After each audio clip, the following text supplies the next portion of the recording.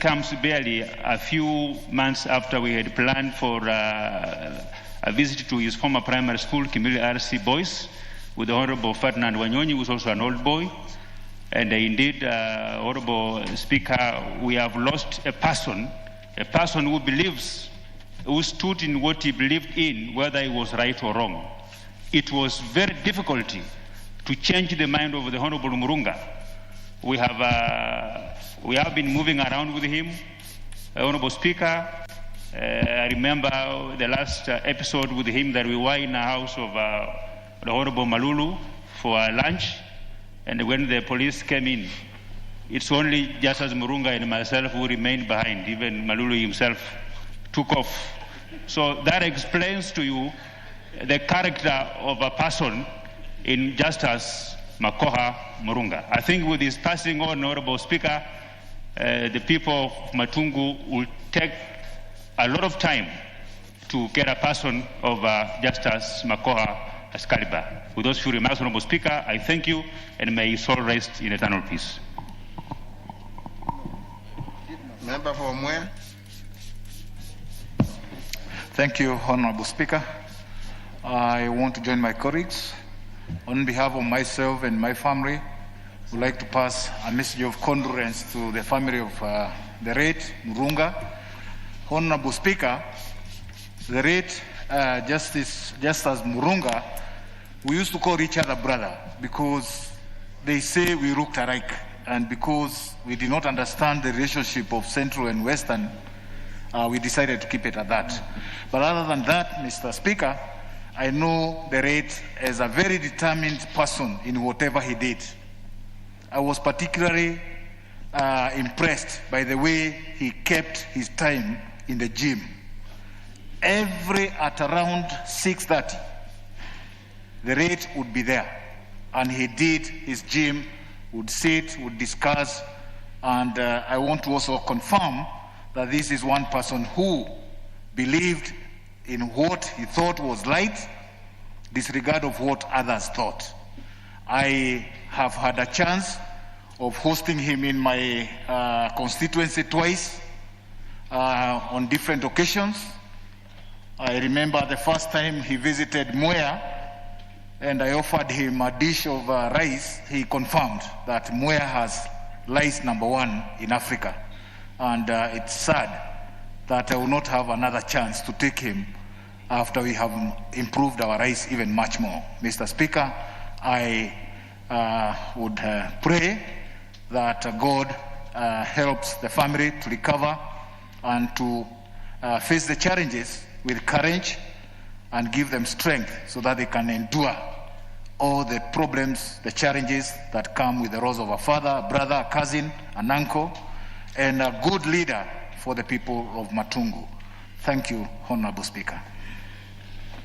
Member for Funyula. Thank you, Honorable Speaker. On behalf of the people of Funyula constituency, my family and myself, I stand here at this moment to send my condolences to the people of Matungu for the loss of our dear colleague, Honorable Justice Murunga. Honorable Speaker, it hit me like a thunderbolt because, truth be told, we were very close friends.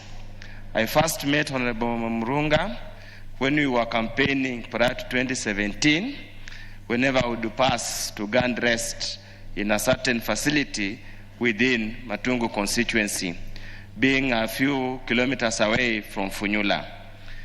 He was a likable man, a jovial man, and he truly believed in the empowerment of the Luhya people. Whenever you would sit with him in any forum, he would basically talk about the Luhya people, how we can unite and become one team whose voice can be heard all over the country. We had also the opportunity to serve with him the Joint Committee of Trade Industry and Cooperative and Agriculture when we were dealing the ill-fated sugar probe, and indeed he stood out as a man who was so passionate about protecting the sugar sector. I pray may the Almighty God rest his soul in eternal peace. Thank you. Member for Tigania West.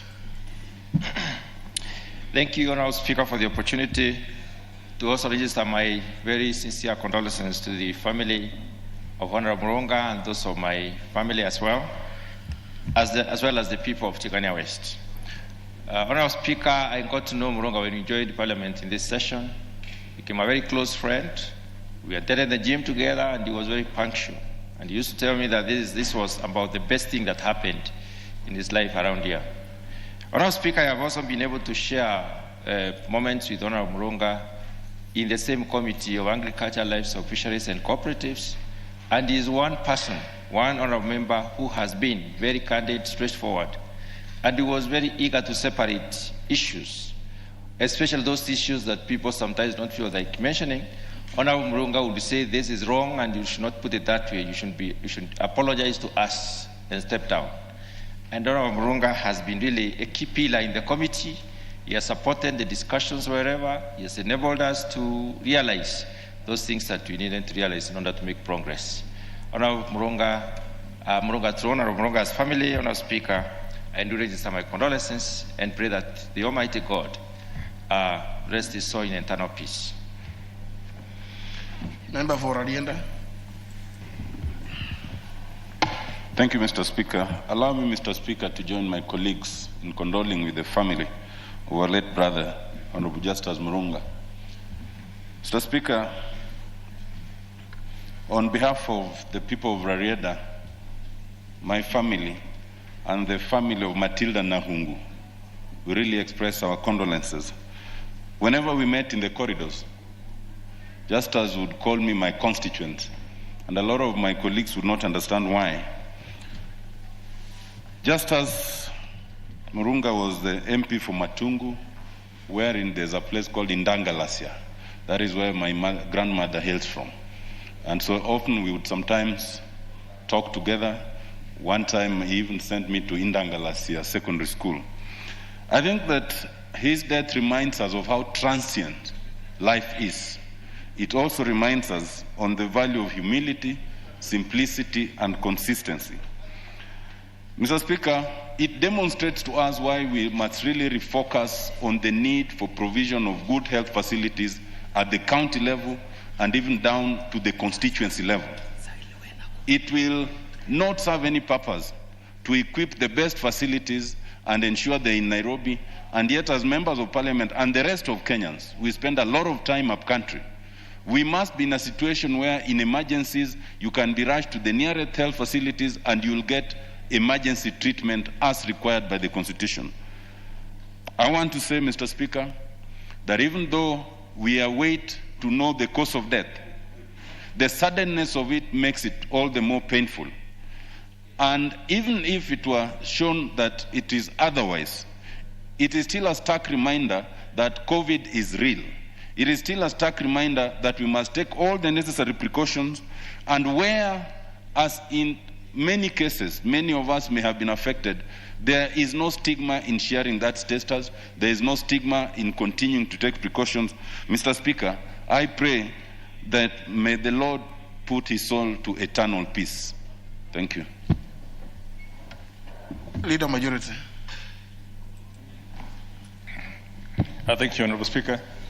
On behalf of, let me just put the wider leadership of the House, on behalf of the people of Kibipiri, my own family, and all the friends who knew our late colleague, Justice Murunga, I wish to convey heartfelt condolences.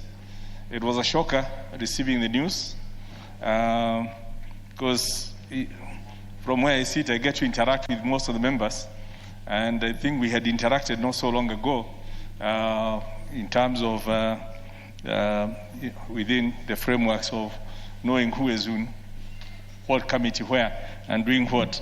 And as the Honorable Otiende Amolo says, it's the passing away of a colleague in such a short time, so unexpectedly, is a stark reminder of our vulnerability, especially us as people, because of the nature of our work. We are exposed to all manner of potential contamination based on where we go, based on where we are going for committee meetings, based on where we are going to meet our colleagues, based on where we are going for public rallies. We are vulnerable. And especially in these very difficult times, when you not know where the virus is. And it's perhaps a reminder. I know the Honorable Asheli is cautioning us not to speculate, but it's not speculation. You know, we need to be alive to the reality that we are living in very peculiar times. And unless we take extra cautions as members of parliament who are interacting with the public, and the public will not understand why you don't want to be closer to them, so they'll be surging towards you. Unless we take extra care, we will not only be at risk ourselves, but we put each one of us at risk, and hence then our families and extended. And that's how this second wave is getting complicated. Honorable Speaker, in the last today is the 17th. In the last 16 days of November, we have lost 291 people, excluding the numbers that will be announced today. In the entire October, we lost 285. So in only a half of November, we've lost double the same number as the people we lost in the entire October. By the time we finish October, I'm sure the number will be worse than that. By the time we get to the December festivity seasons and everyone lets guard, by the time we go into January and then the kids go to school, if you are not careful, we could well be in a position where even the capacity of our national health system will not be able to respond. And so it's an appeal to all of us, in honor of our departed colleague, to just take that extra care and to help be the example to everyone else that we now know that COVID-19 is real. We all know some relative or friend who we've lost somewhere. We also know colleagues who have been infected and who have survived, and some are still recuperating. And we're very happy that they've come out and given some encouraging stories.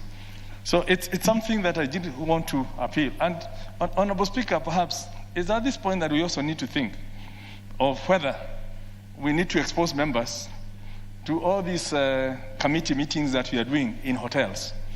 Because you don't know who else has been in that hotel.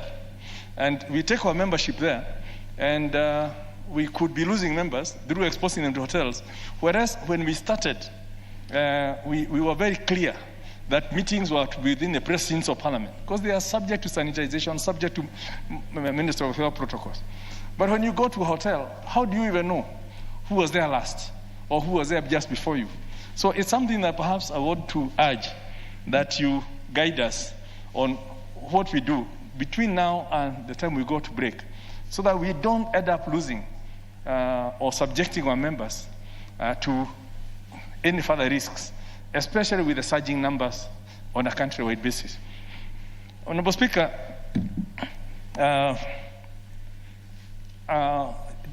let me digress a bit, because I know members have also been concerned on one other issue about the delay in the financing of the operations in the county offices, in the constituency offices. And we've been in touch with the Treasury, with your office and the office of the clerk.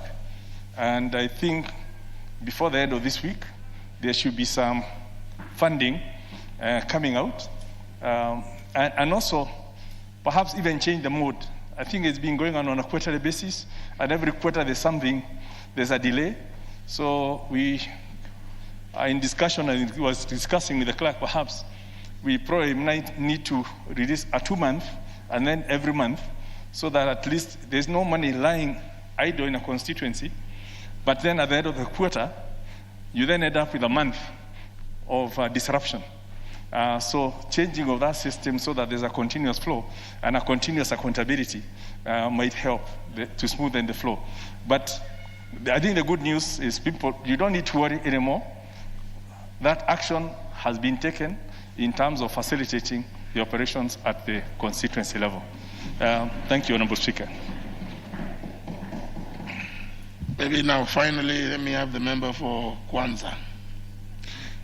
No, sorry, not the fine one. There was some. Thank you very much. No, there is a member of the party. No. Eh?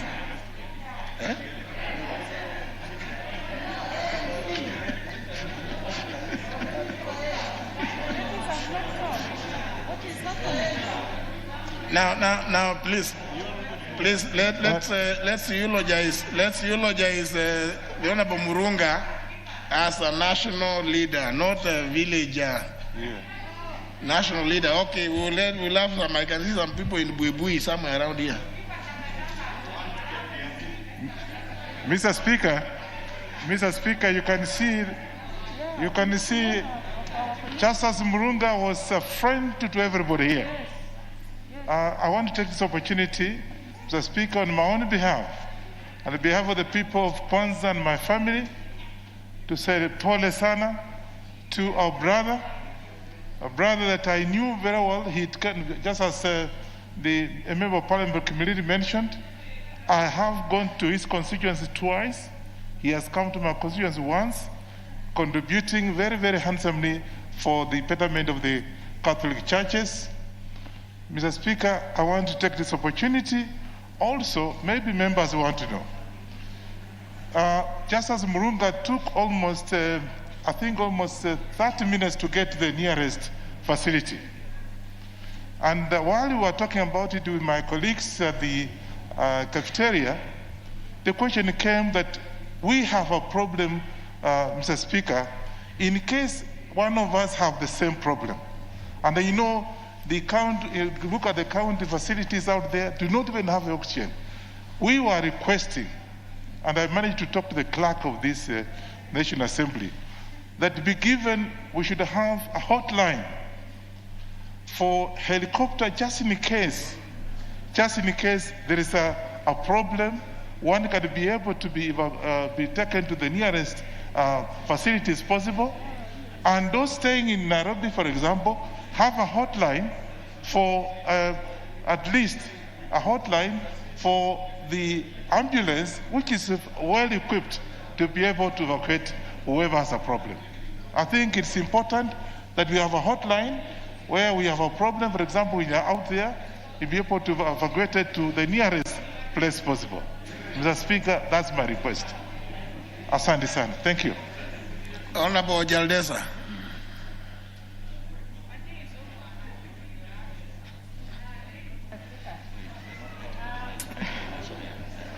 Mr. Speaker, as I stand to condole my colleague, I will humbly request you also to consider giving at least the women rep from Kakamega to say something. Mr. Speaker, I would like to join my colleague in condoling the demise of our friend, our brother, Mheshimiwa Murunga.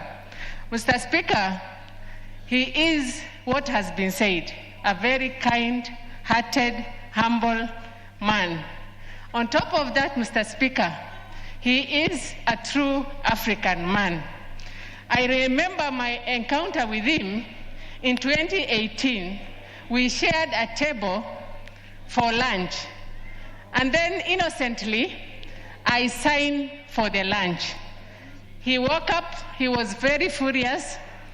He destroyed that voucher and signed for the lunch.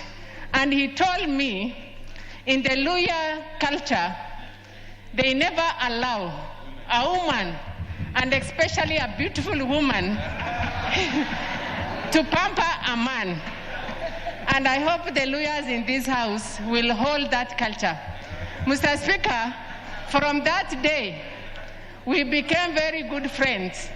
And every other time, when I was free, he will take me for lunch out of this parliament, but we were just good friends. Mr. Speaker, he is a man who really was very principled. He was a very principled man. And I don't want to go into other details because we have discussed politics with him in this country. And every other time we try to persuade him, he will say, this one, I will take it to my grave. Therefore, he's a man we will miss. And he is a man who has left a lot of marks in people's life. May the Lord rest his soul, and may God Almighty help his family through. And Mr. Speaker, we must really make a decision as this House, because we have lost people. We have lost a lot of senior citizens in this country just because of lack of oxygen. In the county of Isiolo, the last 1 month, we have lost about 8 people just because my county cannot provide oxygen. And they are being rushed to Nairobi, and they all die on the way. Therefore, as a House, Mr. Speaker, we must really address this issue. Thank you. Now, there was some hue and cry about the female gender, isn't it? Honorable Adagala. Thank you very much, Mr. Speaker, sir. On my behalf and the people of Vihiga County and ANC National Congress, as a party, we want to mourn our colleague, Honorable Justice Makoka Murunga. Murunga was a great man. He talked to me last, telling me that I should inform other members that he's unwell admitted in Aga Khan, Kisumu, of which I did. So within a short time, I learned that he has passed on. I wish to say on behalf of the Amman National Congress, I wish to say to the family of Honorable Murunga, may God see them through this trying moment. And as a party, we are mourning him greatly. During the campaigns, I remember we used to traverse in the sugarcane farms looking for votes for him. But he has gone to rest. May I say, may his soul rest in eternal peace, and the family take heart. ANC family, we are mourning. We are mourning a great son of the soil, from the Mumia lineage in Matungu, Mumias, Kakamega County. May his soul rest in eternal peace. Thank you, Mr. Speaker, sir. Honorable Elsie Muhanda. Thank you, Mr. Speaker, for granting me this moment. I wish to convey the condolences of the people of Kakamega County and my family for the loss of this great man, Honorable Murunga. Mr. Speaker, it comes at a time when Kakamega has faced a lot of deaths. We have lost 4 doctors just recently. So as Mama County, I have a very heavy heart at this particular time.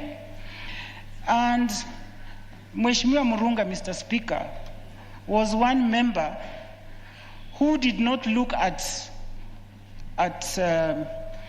whether you are in ODM, ANC, Jubilee. He cut across all of us. He supported me as a woman rep in my affirmative action. He supported me on matters of widows, on matters of the youth, on the matters of those living with special needs. Surely we are going to miss him. And Mr. Speaker, I urge the media, you know, this is a time that we are mourning, but you find that in all medias, you find all sorts of allegations on the honorable member. Let the media be kind to our honorable Murunga. May his soul rest in peace. Thank you.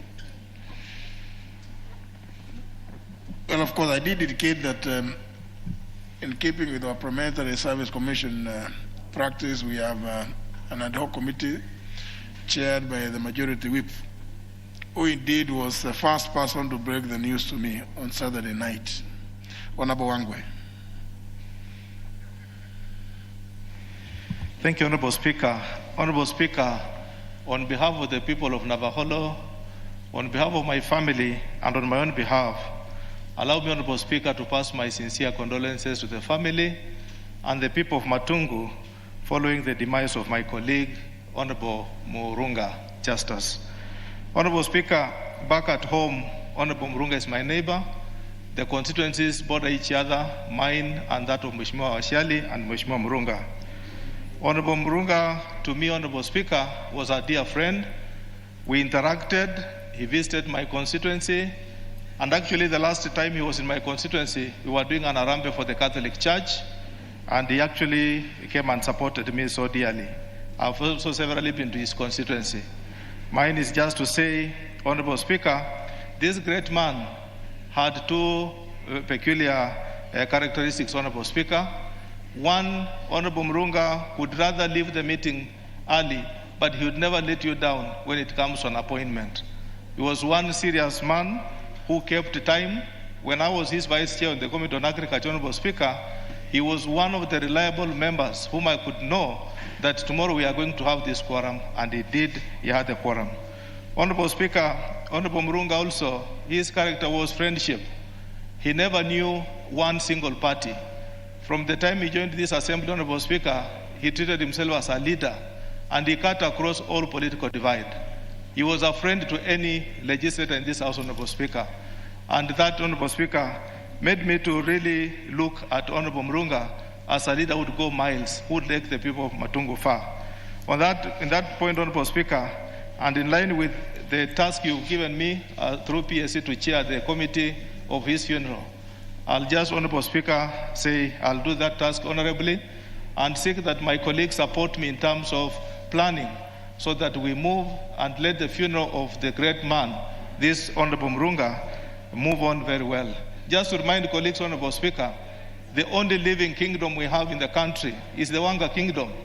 And Honorable Speaker, Mumia Nabongo has a shrine where all of us can go and visit. It is domiciled in Matungu, Honorable Speaker. So this great man is on the lineage of Nabongo, and he'll be laid down, Honorable Speaker, honorably to follow the suit of King Nabongo of Mumia. With those very many words, Honorable Speaker, I say, may God rest his soul in eternity. Honorable Soti, finally. Thank you, Mr. Speaker. Mr. Speaker, I also join my colleagues on my own behalf and my family to also convey my special condolences to the family, friends, and the good people of Matungu constituency for the demise of our colleague, Honorable Justice Murunga. Mr. Speaker, Honorable Murunga was very close to me, and that friendship started way back in 2017, just before the general election, when I had an opportunity to serve as the Secretary General of ANC Party. And Honorable Murunga, he displayed a rare virtue of resilience, because Honorable Murunga, during the nomination, he faced numerous litigants, opponents who dragged him all through to all courts. And he remained firm, consistent, and eventually, Mr. Speaker, he won the election. Ever since that, we have always remained close friends, even though on one or two occasions we could have divergent opinion on matters of politics.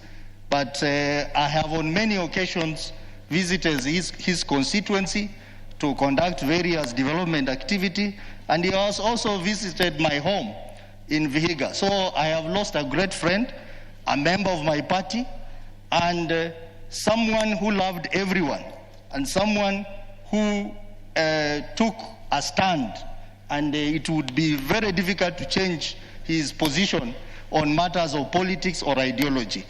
As we mourn our friend, we are aware that our friend had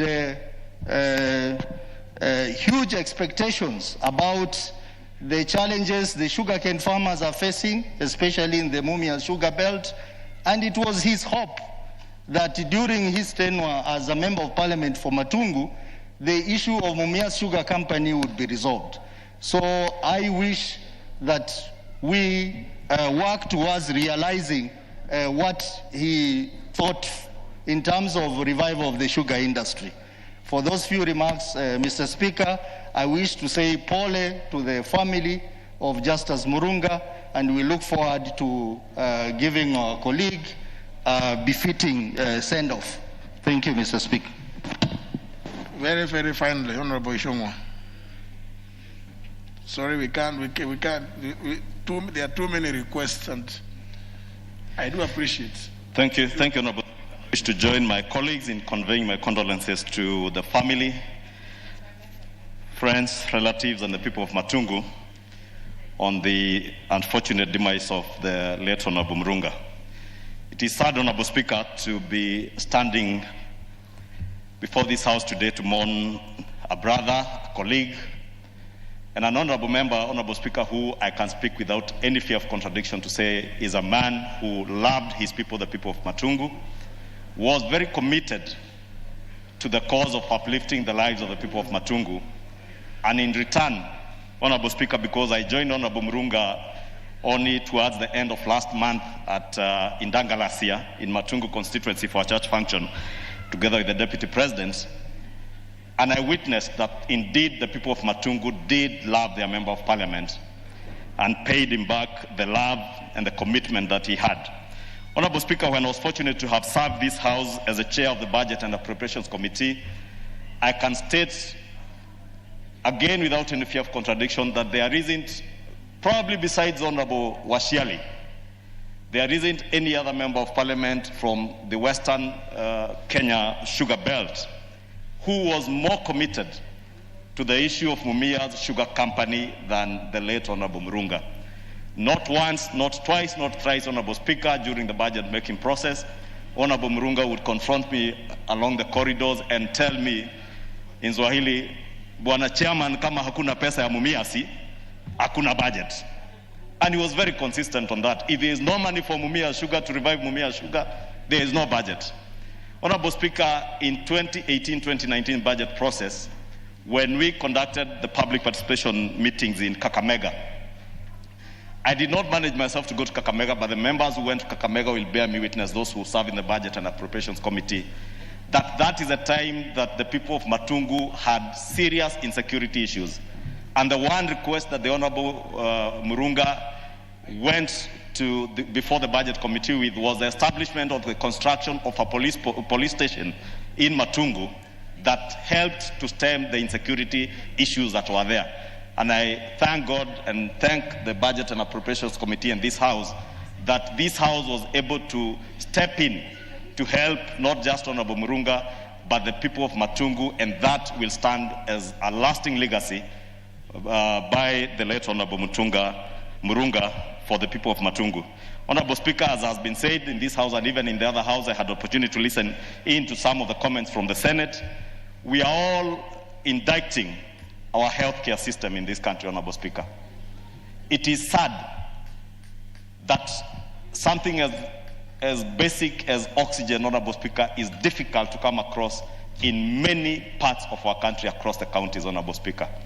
And it is an indictment to this House, because we are the budget-making House, that we must ensure that the money we appropriate to the healthcare sector, Honorable Speaker, goes into meaningful use, Honorable Speaker.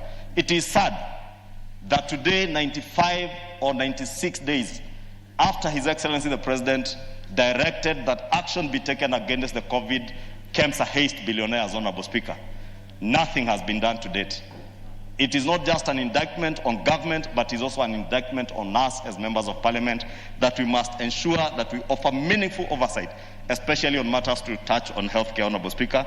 And with those many remarks, Honorable Speaker, I, on behalf of my family, the people of Kikuyu, and the entire Hustler Nation in this country, because I can also categorically state that Honorable Murunga was indeed a great supporter of the Hustler Nation movement in this country, do convey my condolences to the people of Matungu and his family.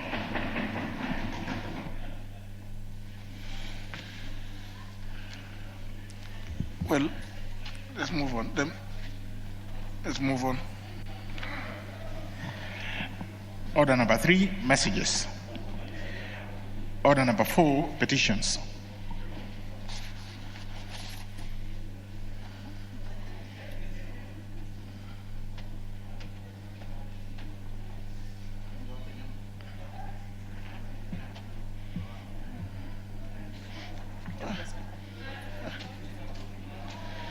Honorable Waluke, this is the National Assembly. Get out. You cannot do that. Certainly not when I'm on the chair. Go to the door.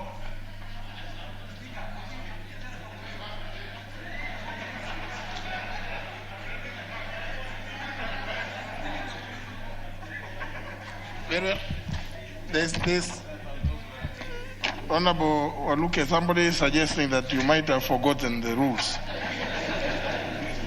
I don't know why you would. Honourable members, understanding order number 225, subsection 2, paragraph B, requires that the Speaker do report the House any petition other than those presented by a member. I therefore wish to report the House that my office has received a petition from a consortium of university students representatives led by one Mr. Albert Maloba, who is the chairperson of the University's President's Council, calling for definitive but safe reopening of learning institutions across the country. Honourable members, the petitioners aver that the ongoing prolonged closure of learning institutions has negatively affected many learners, as exemplified by the apparent lack of nutrition, increased stress levels, increased exposure to domestic violence, child exploitation, teenage pregnancies, and overall impact on mental development.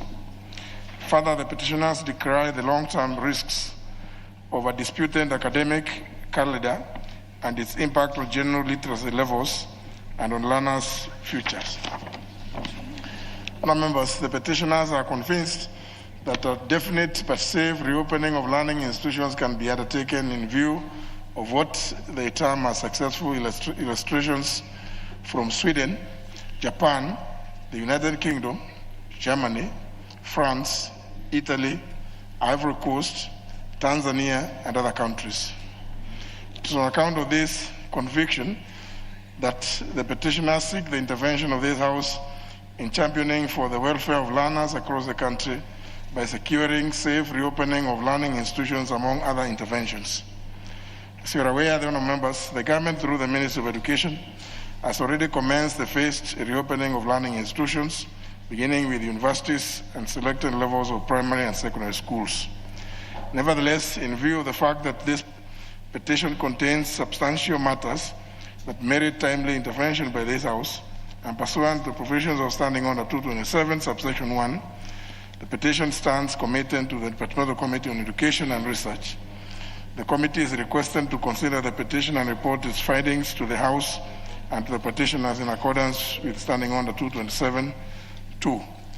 That consideration should not be limited to the fact that certain dates have already been announced. But nevertheless, the petition is referred to the committee.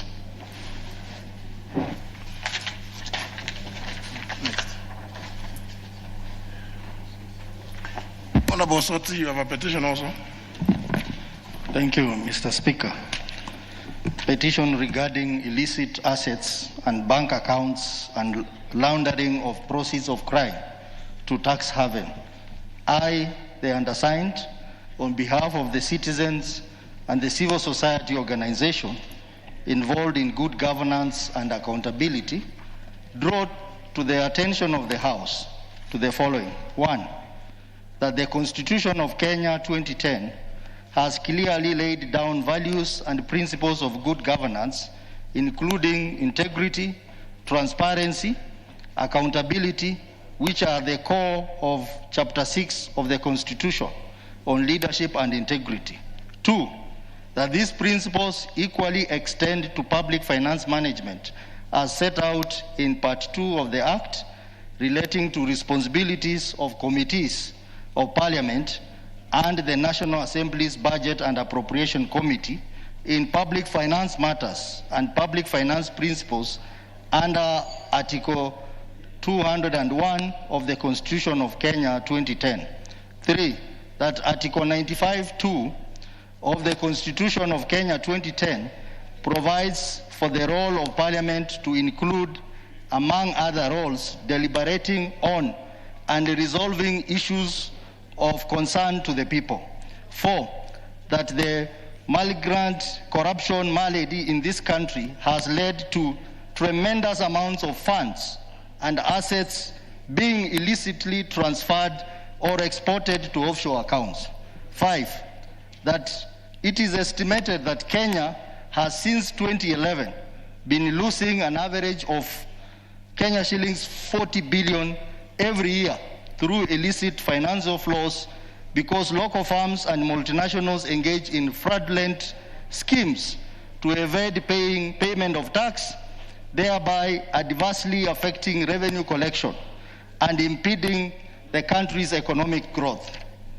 6, that the recovery of money held in private-held foreign accounts will go a long way in not only boosting the country's economy, especially in the recovery phase following the COVID-19 pandemic, but also help the country recover from the huge debt burden it is currently accumulating. 7, that while efforts are being made to repatriate stolen funds and unexplained assets through the framework for the return of assets from corruption and crimes with the Switzerland, Jersey, United Kingdom, and through the mutual legal assistance law, the country is yet to make any notable progress. 8, that no substantive effort has been made to make public the holders of secret offshore accounts in a bid to repatriate the amounts held abroad. 9, that efforts to have these matters addressed by the relevant authorities have not borne fruit. 10, and that the matter in respect of this petition is not pending before any court of law or a constitutional body. Therefore, your humble petitioners pray that the National Assembly, through the Departmental Committee on Finance and Planning, 1, investigates the matter with the objective of ensuring that the Asset Recovery Agency, with the support of Ethics and Anti-Corruption Commission, considers expediting the asset recovery and repatriation effort. 2, secures the establishment of a clear mechanism to ensure that the repatriated assets are appropriated accordingly. And 3, make any other recommendation that it deems appropriate in light of this petition. And your petitioners will ever pray. Thank you, Mr. Speaker. Yes, Honorable Murunga, you want to comment on that? Just give me the mic, please. Thank you. Thank you, Mr. Speaker. Mr. Speaker, allow me to comment on that timely petition by Honorable Osotsi. We know for sure that there is a pandemic that is ravaging our country, which is the COVID-19 disease. This, we can say, we do not know where it has come from. It is not self-inflicted or afflicted, but it's a pandemic. The second pandemic that is ravaging our country is corruption. Corruption is self-inflicted because we are the ones who have entertained corruption in the country, and as a result of this, Kenyans are suffering because of this wayward way of doing things. While we know for sure that corruption money is stashed away in safe havens out there, whether the Isle of Man, Jersey, or wherever. This is money that would actually be repatriated, and if it does not fall under corrupt hands again, it can be used for the welfare of the people of Kenya. Therefore, it is very timely that this petition has been brought.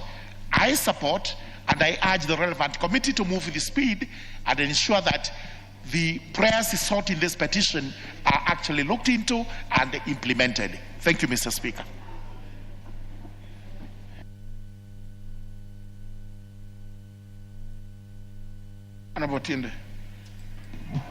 Thank you, Mr. Speaker. Mr. Speaker, I fully support this petition, and I would really urge that the Committee on Finance and Planning, to which it is proposed to commit it, takes this matter seriously. Mr. Speaker, first of all, it must be noted that our Constitution expressly prohibits any state officer from holding an account outside of this jurisdiction, except where it may be permitted by legislation. To the best of my knowledge, Mr. Speaker, we have not passed such legislation. And that then leads to the conclusion that there's a blanket prohibition. It therefore means that by definition, any state officer who then is found to have such monies will have been doing what is unlawful. And by definition, therefore, such monies ought not only to be recovered, but it ought to be presumed that it should be surrendered to the state. Mr. Speaker, it is not necessarily true that every other Kenyan who holds accounts abroad may have acquired such monies through the proceeds of corruption. But there's a legitimate and heavy presumption that anyone who would rather keep their money abroad most likely does not want to explain its sources. And therefore, it is quite imperative that we should look into that issue. This issue is emotive, Mr. Speaker. In the year 2012, as the Ombudsman, I set out on a journey to actually just start by getting the list of those who in this country who hold accounts abroad. Just that inquiry alone nearly cost me my seat at that point. But it was quickly assured to me that I was overreaching and that there were entities that are actively looking into that, and that within less than 30 days, they were not only going to disclose that list, but they were going to make efforts to actually recover that money. Mr. Speaker, 8 years later, that has not come to pass. I do remember, Mr. Speaker, the immediate Attorney General Emeritus at one time assured the country that we were going to have sight of that list, and he said so with much gusto and zeal. After 1 week, that zeal appeared to have gone down, and to date, someone must have suggested that it is not a good idea to do that. Mr. Speaker, I think that every serious country, and we've seen this in many countries, including Nigeria and Ghana and elsewhere, that meaningfully pursues the idea of monies held abroad usually gains results. And I was particularly worried, and I'd like the committee to look into this, Mr. Speaker, when about a year ago I traveled abroad and I met some very industrious Kenyan who sought to persuade me that they could facilitate a repatriation of any monies if I or anybody I knew held it abroad, that there was a quiet understanding that provided you agreed to forfeit a certain small percentage, no questions would be asked as to its sources. It worried me. I hope it is not true. If it is true, it is very dangerous. That must be looked into. We need people to account for all the money that they have. And Mr. Speaker, if you are only to get about 80% of the monies held abroad, mostly illicit monies, it would go a long way in paying just a bit of the overwhelming public debt that we have. Mr. Speaker, I support. Honourable Mori. Thank you, Mr. Speaker. The issue of money laundering and stashing of the funds abroad has been a thorny issue, and it has been a problem in most of the third world. Now, Mr. Speaker, when the Finance Committee does delve into the matter, it is important to note it is not only the public servants or state officers and public officers who are complicit in this activity. And that now that Kenya has a mutual legal assistance with the key havens for money, specifically the Swiss government and the United Kingdom, it gives us a lot of leverage to access those funds and repatriate them. But, Mr. Speaker, as we keep on talking about Europe, there are other havens that have emerged, specifically the UAE, the Seychelles, and Mauritius. And a lot of our money is actually ending there and doing serious investments for those countries, because actually it is hidden money and not many people would be able to use it any other way. So when we ask for Kenyans not to have accounts abroad, it does not mean that we stop them from doing business. There are people doing legitimate business, let's say for exports, or those who do businesses abroad. Those are not prohibited from doing or having foreign accounts. So, Mr. Speaker, I only urge that we speed up the inquiry and also streamline the activity. And I know for many years, the Kenyan government itself has been very hostile to signing the mutual legal assistance. And for the first time in our history, we have a government that has accented to the idea of signing the mutual legal assistance with foreign entities so that money can be returned. I can give a quick example of when we were pursuing the Eulogizing money or the funds and some other transactions, and the British Embassy or High Commission was very keen to plead with the Anti-Corruption Commission and the Attorney General to sign the mutual legal assistance. And the two offices were at serious loggerheads against the idea of signing the mutual legal assistance. Now that we have it, let us see action.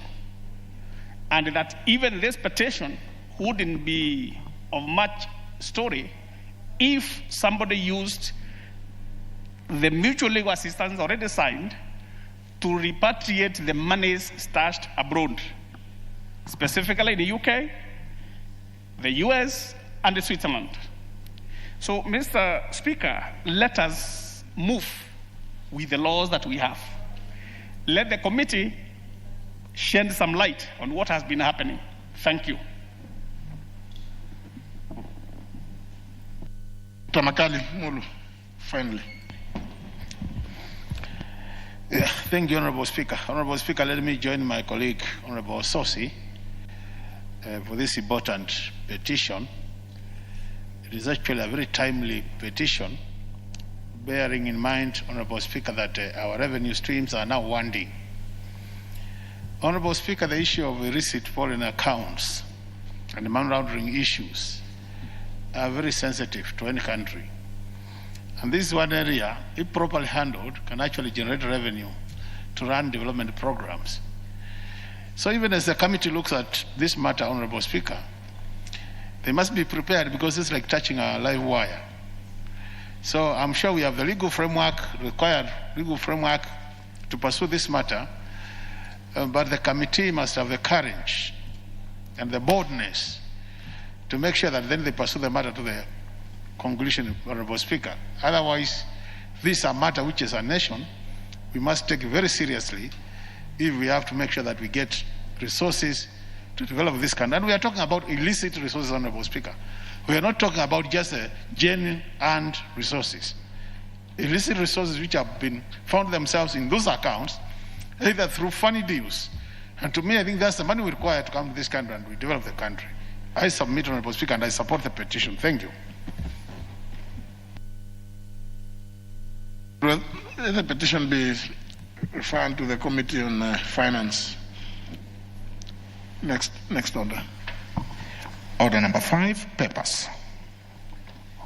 The majority. Thank you, Honorable Speaker. I beg to lay the following papers on the table of the House today, Tuesday, November 17th, 2020.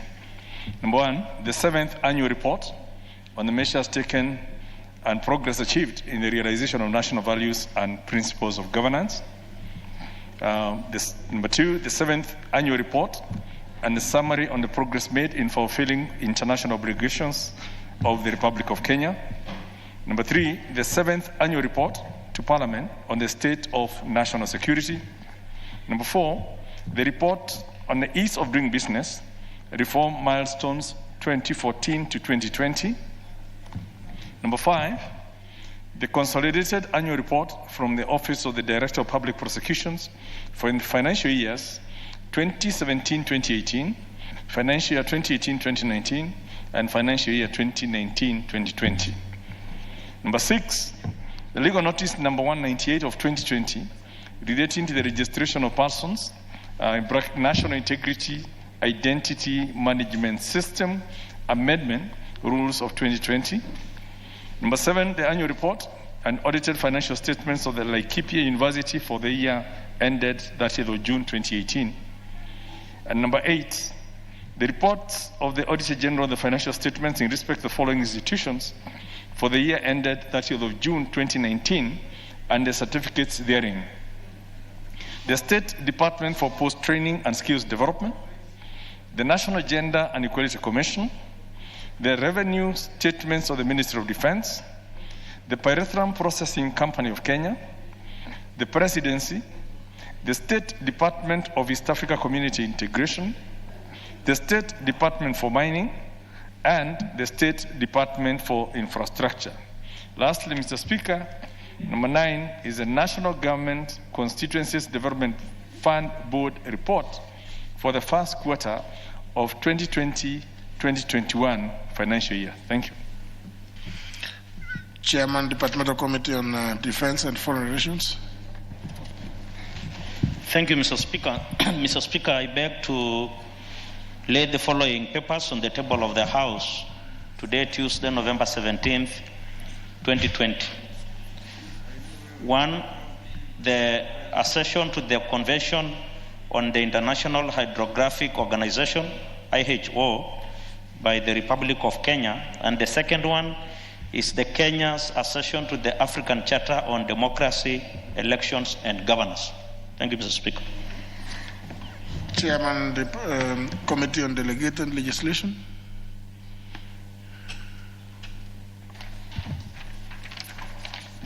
Mr. Speaker, I beg to lay the following paper on the table of the House today, Tuesday, November 17, 2020.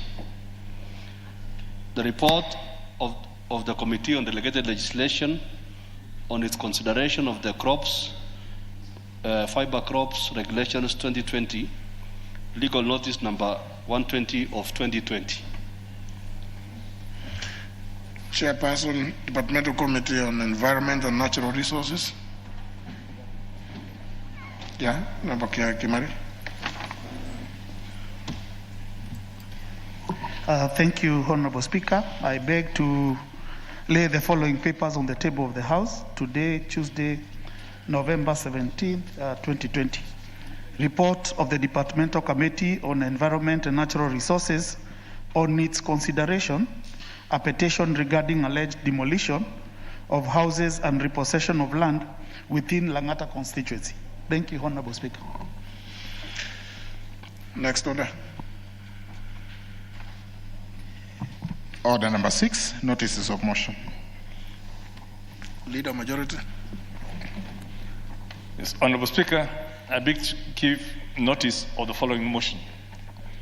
That pursuant to the provisions of Standing Order number 24/6, the thanks of this House be accorded for the exposition of public policy contained in the address of His Excellency the President, delivered in Parliament on Thursday, November 12, 2020, and further, that the House notes the following reports submitted by His Excellency the President, laid on the table of the House on Tuesday, November 17, 2020. A, The report submitted in fulfillment of the provisions of Article 132, subsection 1C, and Article 240, subsection 7 of the Constitution. 1. The annual report on the measures taken and progress achieved in the realization of national values and principles of governance. Number 2. The annual report on the progress made in fulfilling of the international obligations of the Republic of Kenya. And 3. The annual report to Parliament on the state of the state of national security. And B. Other reports submitted by His Excellency the President. The report on ease of doing business milestones 2014 to 2020, and 2, the annual report of the Office of the Director of Public Prosecutions for the financial years 2017-2018, 2018-2019, and 2019-2020. Thank you, Honourable Speaker. Chair, Committee on Delegated Legislation.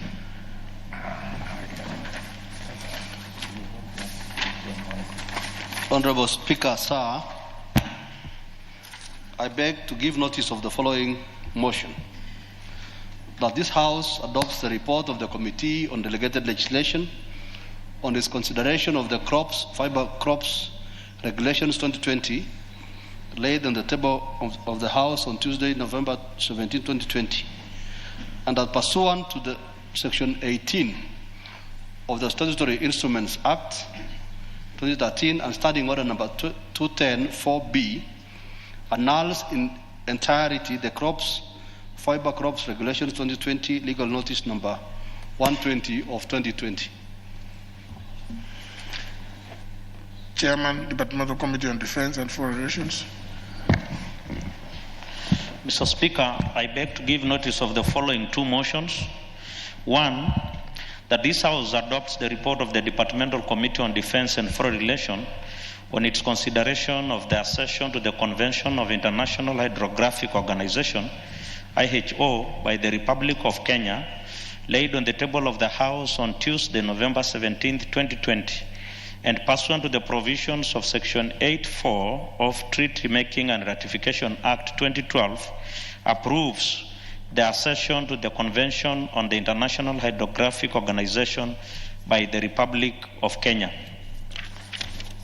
2, that this House adopt the report of the Departmental Committee on Defense and Foreign Relations on its consideration of Kenya's accession to the African Charter on Democracy, Elections and Governance, laid on the table of the House on Tuesday, November 17, 2020, and pursuant to the provisions of Section 8.4 of the Treaty Making and Ratification Act 2012, approves Kenya's accession to the African Charter on Democracy, Elections and Governance. Thank you, Mr. Speaker. Very well. Honourable Kiai.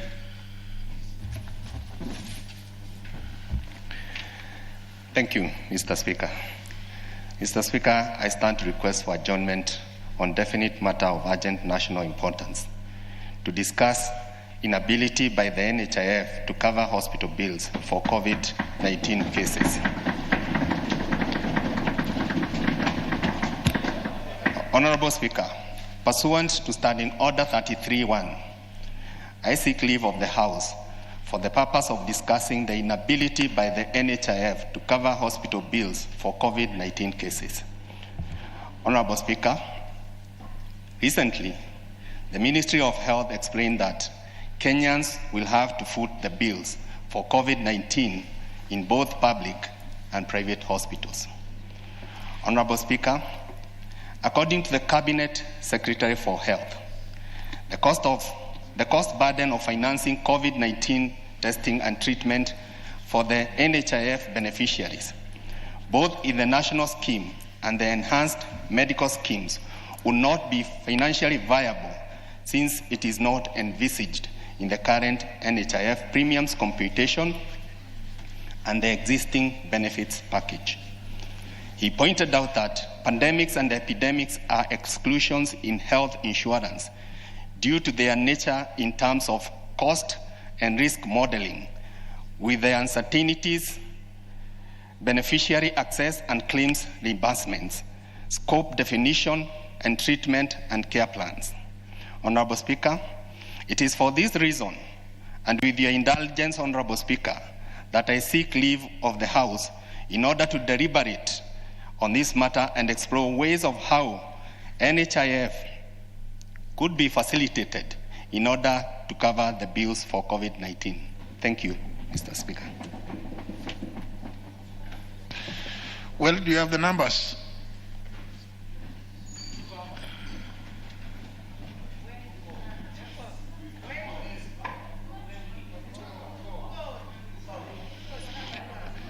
Now, some of you are just shouting "Tuko" when you are seated.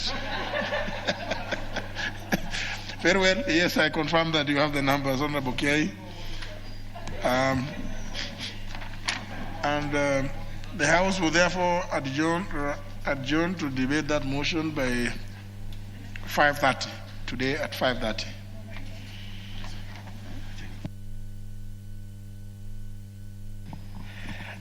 Order number 7, questions and statements.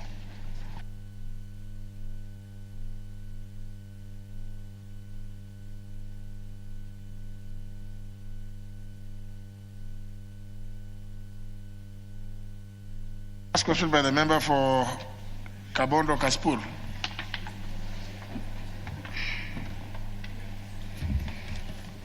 Thank you, Mr. Speaker. Pursuant to the provisions of Standing Order 42A5, I wish to address question 226 to the Cabinet Secretary, Energy. Could the Cabinet Secretary explain the reasons for the frequent power blackouts in Kabondo Kasipul constituency, which have lasted many days? Could the Cabinet Secretary also explain the steps taken by the ministry to resolve the problem of defective transformers at Chagare Primary School, Kadia Water Clean Water Project, Siany Secondary and Nyandolo Primary School in Kabondo Kasipul constituency, some of which have not been functioning well for the last 7 years? And why a transformer which was installed at Oriri School is yet to be connected to power? What is the ministry doing to ensure that the underutilized transformers, such as the ones located near Godagak and Opanga Primary School, are fully utilized to serve neighboring homes as requested by the area community? What steps is the ministry taking to ensure that the collapsed poles and the transformer, which was retrieved in January 2020 at a location between Omuga TTI and Kolwen Kingsway Secondary School in Kabondo Kasipul constituency, and which also serves Wangapala Secondary School water pump, is reinstalled to avert a crisis in the area, given that the problem is affecting a community population of 2,000 families? Thank you. Question will be responded to before the Department of the Committee on Energy. Next question by the member for Meru, Honorable Kawira Mwangaza. Thank you, Honorable Speaker. My question is number 288 of 2020 to the Attorney General.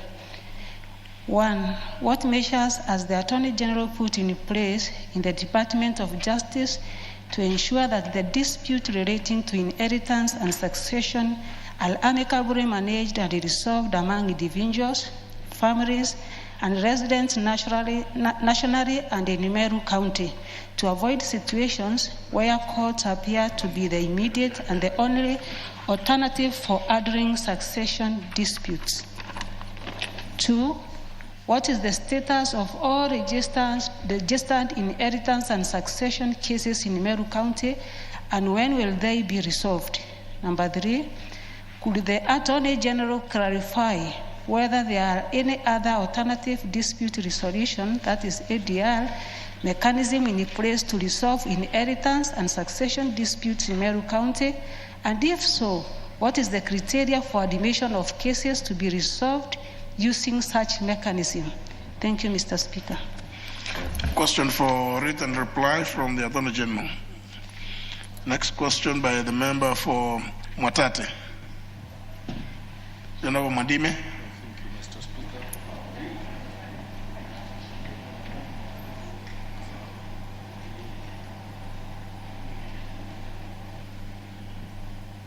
Thank you, Mr. Speaker. I raise to ask question 306 of 2020 to the Teachers Service Commission. 1. What criteria was used by the Teachers Service Commission during the October 2020 recruitment of teachers across the country? 2. What measures were undertaken by the Commission to ensure that recruitment is transparent and fair in all parts of the country as stipulated under the Constitution of Kenya? 3. Could the Commission provide a list of all the residents of the administrative locations of Mwatate Sub-County who were recruited by the Commission in 2019 and 2020? Thank you, Mr. Speaker. Question for written reply from the Teacher Service Commission. Next is the member for Kwale, Honorable Suleha. Thank you, Mr. Speaker. I raise to ask question 320/2020 to the Cabinet Secretary for the National Treasury and Planning. 1. Could the Cabinet Secretary explain why the 34 retired civil servants from Coast Region, whose personal numbers are here under, have not been paid their pension dues to date? Personal numbers 021-492, number 029-116, number 030373, number 034166, number 034383, number 031139, and number 034084, who retired in the year 2014, number 1977054-282, number 030474, number 034514, number 019420, and number 061982, who retired in the year 2014, number 034386, number 059038, number 057976, number 030366, and number 034604, who retired in the year 2016,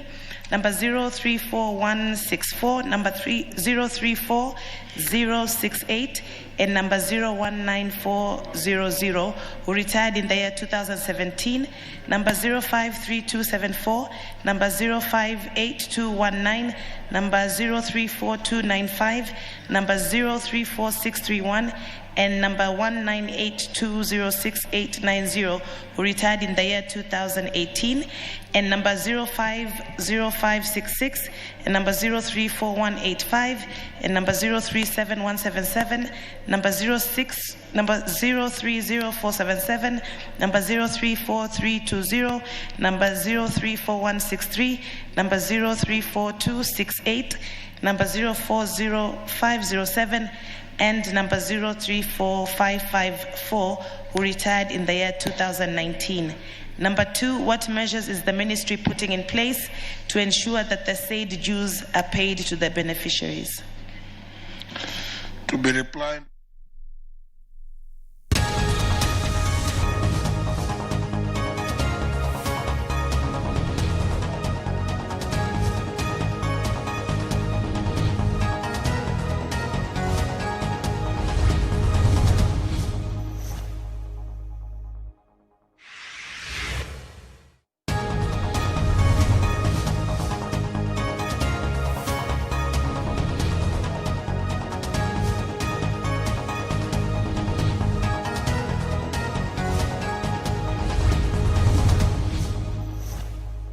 When Speaker yourself and Speaker Muturi will shake hands so that Article 110/3 subclause 3 can be put into effect, Mr. Speaker.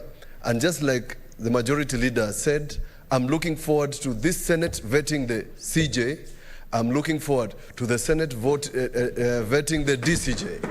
I'm looking forward to a Senate vetting the Auditor General. I'm looking forward to a Senate voting the non-members of the cabinet. That is the sort of Senate we are looking at. And it's not too much to ask, because this Senate has produced the best legislators. This Senate can produce other legislators. But we also want to welcome those legislators and other leaders, including governors, who have no other place to go other than come to the Senate. What's your point of order, Senator Kangata?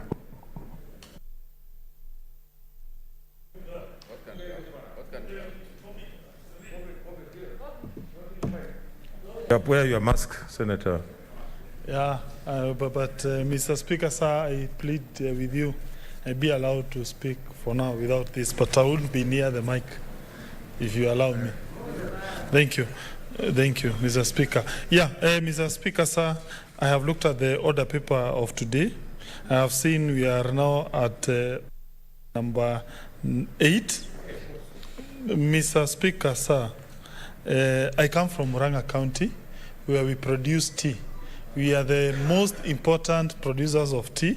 I have seen. What's your point of order? Allow me to. What's your my point of order is, can you rearrange, Mr. Speaker, sir, the order paper so that we allow tea, the tea report. You are out of order, Senator. The tea report. Senator Kangata. Senator Kangata. Okay. It's on a point of order. Allow me. What's your point of order? Just one point. I am rising. Allow me to be heard. On behalf of the tea farmers of Kenya, we want this debate at number 9 to be heard. Order. The tea farmers of Kenya deserve to be heard. Order, Senator Kangata. Order. What's your point of order, Senator Wetangula? Just a minute.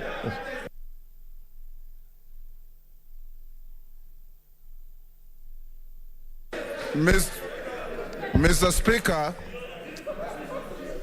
Speaker, you should apply the rules of this House strictly. If a member of leadership of this House interrupts debate in a manner that displays ignorance of our standing orders, then it's unfortunate. Mr. Speaker, under our standing orders, our precedents and usage, once a presidential address speech is tabled, a motion is moved, is debated and interrupted until you finish it. And it's listed for 3 consecutive days. Each member here has a right to speak to this speech, and we have a lot to speak. And the chief whip who comes from the president's backyard should be the last person to make this unsolicited, uncalled for, and unhelpful interruption of debate. Okay, order, members, order, members, order,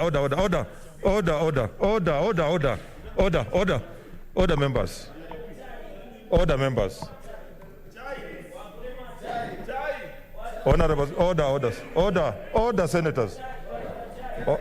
Order. Honorable senators, we are discussing a very important item. And this is unprecedented. When, just like Senator Wetangula said, the motion has been moved, it's being seconded, and debate will be there. So, for 3 days. So when you introduce matters of tea, when we are discussing a presidential speech, you are completely out of order, and I rule that Senator Mtula Kilonzo proceed. Continue.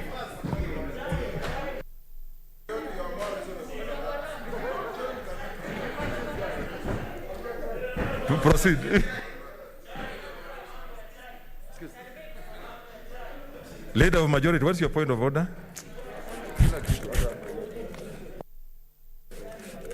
You know, Speaker, please. Speaker, you know, our standing order number 116 can apply here. Speaker, this is not a very serious way of acting. Mr. Speaker, if you look at our standing order number,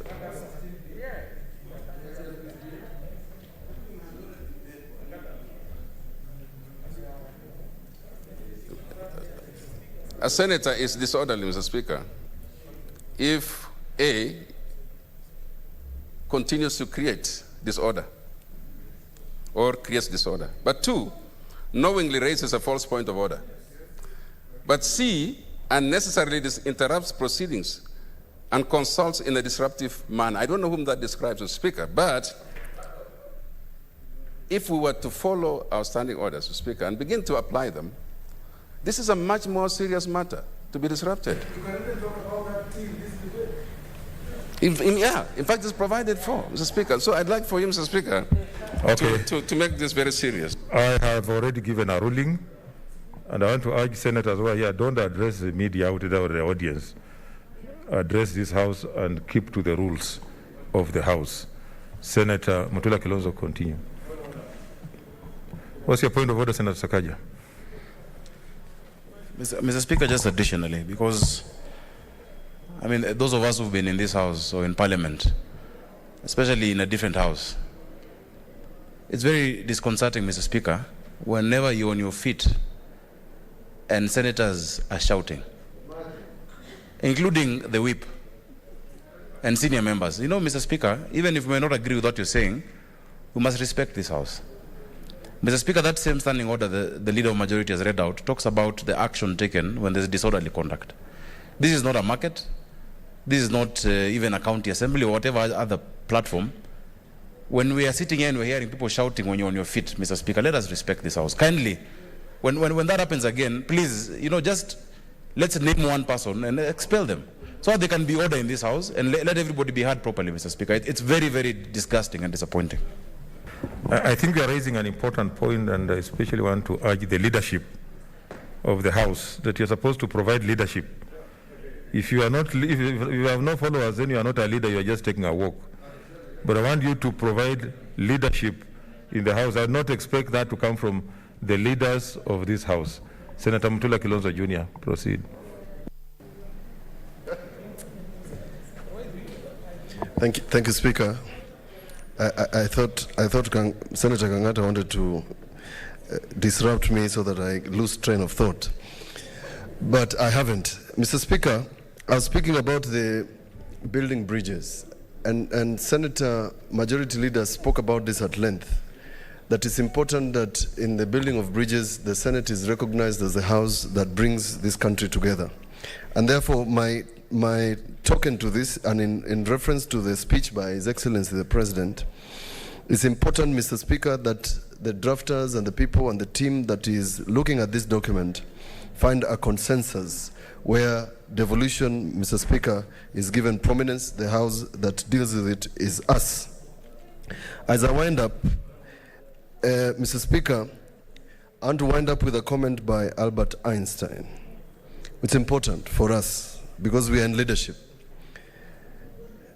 For purposes of the pandemic, I've said, Mr. Speaker, that my own family is bereaved, and I hope that leaders can take the cue in their political gatherings, in their political speeches, that we must take the lead, because people are following what we are doing, but unfortunately, they are losing their relatives. Last, Mr. Speaker, the peace of this country cannot be taken for granted, and we cannot take it for granted that we are attempting to amend a constitution during a time of peace. 2010 was an opportunity. We amended the constitution at a time of peace. This is also an opportunity to amend the constitution at a time of peace. And the question of how we do it is also important. And as leaders, we must offer advice. We must also bring the country together in building of these bridges and amending the constitution. Not everybody is going to be on board. Not everybody is going to agree. We must be prepared that there are people who will disagree. But we must agree, bearing in mind that we have one country. We must disagree and agree that we can disagree, because that is the democracy we have. Somebody wrote somewhere recently that freedom is like toothpaste. You remove it, you can't put it back. We have had the freedom we have enjoyed because we can speak freely about these issues. Let's not make it a do or die. Let's not make it as if we all have to agree. Some will disagree. Even in the preaching of the gospel, some disagreed. The gospel is still going on. But Albert Einstein said something about peace. He said, peace is not merely the absence of war. but the presence of justice, law, order, of government. And that is the country we want to build. A country that understands that once we have government, we have justice, we have law, we have order. And I hope that the document that will be unveiled on Thursday is going to follow the precedents, and is going to follow the views that have been given to those committees. Of having justice, peace, law, order. But most importantly, that even when you disagree with people, the least you can do is give them a listening ear. It's called audi alterem partem in Latin. I support. Thank you.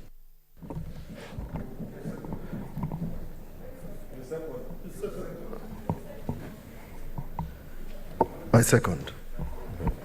Okay, Honorable Senators, I now propose a question, which is that pursuant to Standing Order 24-6, the thanks of the Senate be recorded for the exposition of the public policy contained in the address of His Excellency the President, delivered on Thursday, 12th November 2020, and further that the Senate notes the following reports submitted by His Excellency the President in fulfillment of Articles 132(1)(c) and 247 of the Constitution, laid on the table of the Senate on Tuesday, 17th November 2020.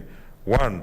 The 7th State of the Nation address by His Excellency the President, delivered at a special sitting of Parliament on Thursday, 12th November 2020.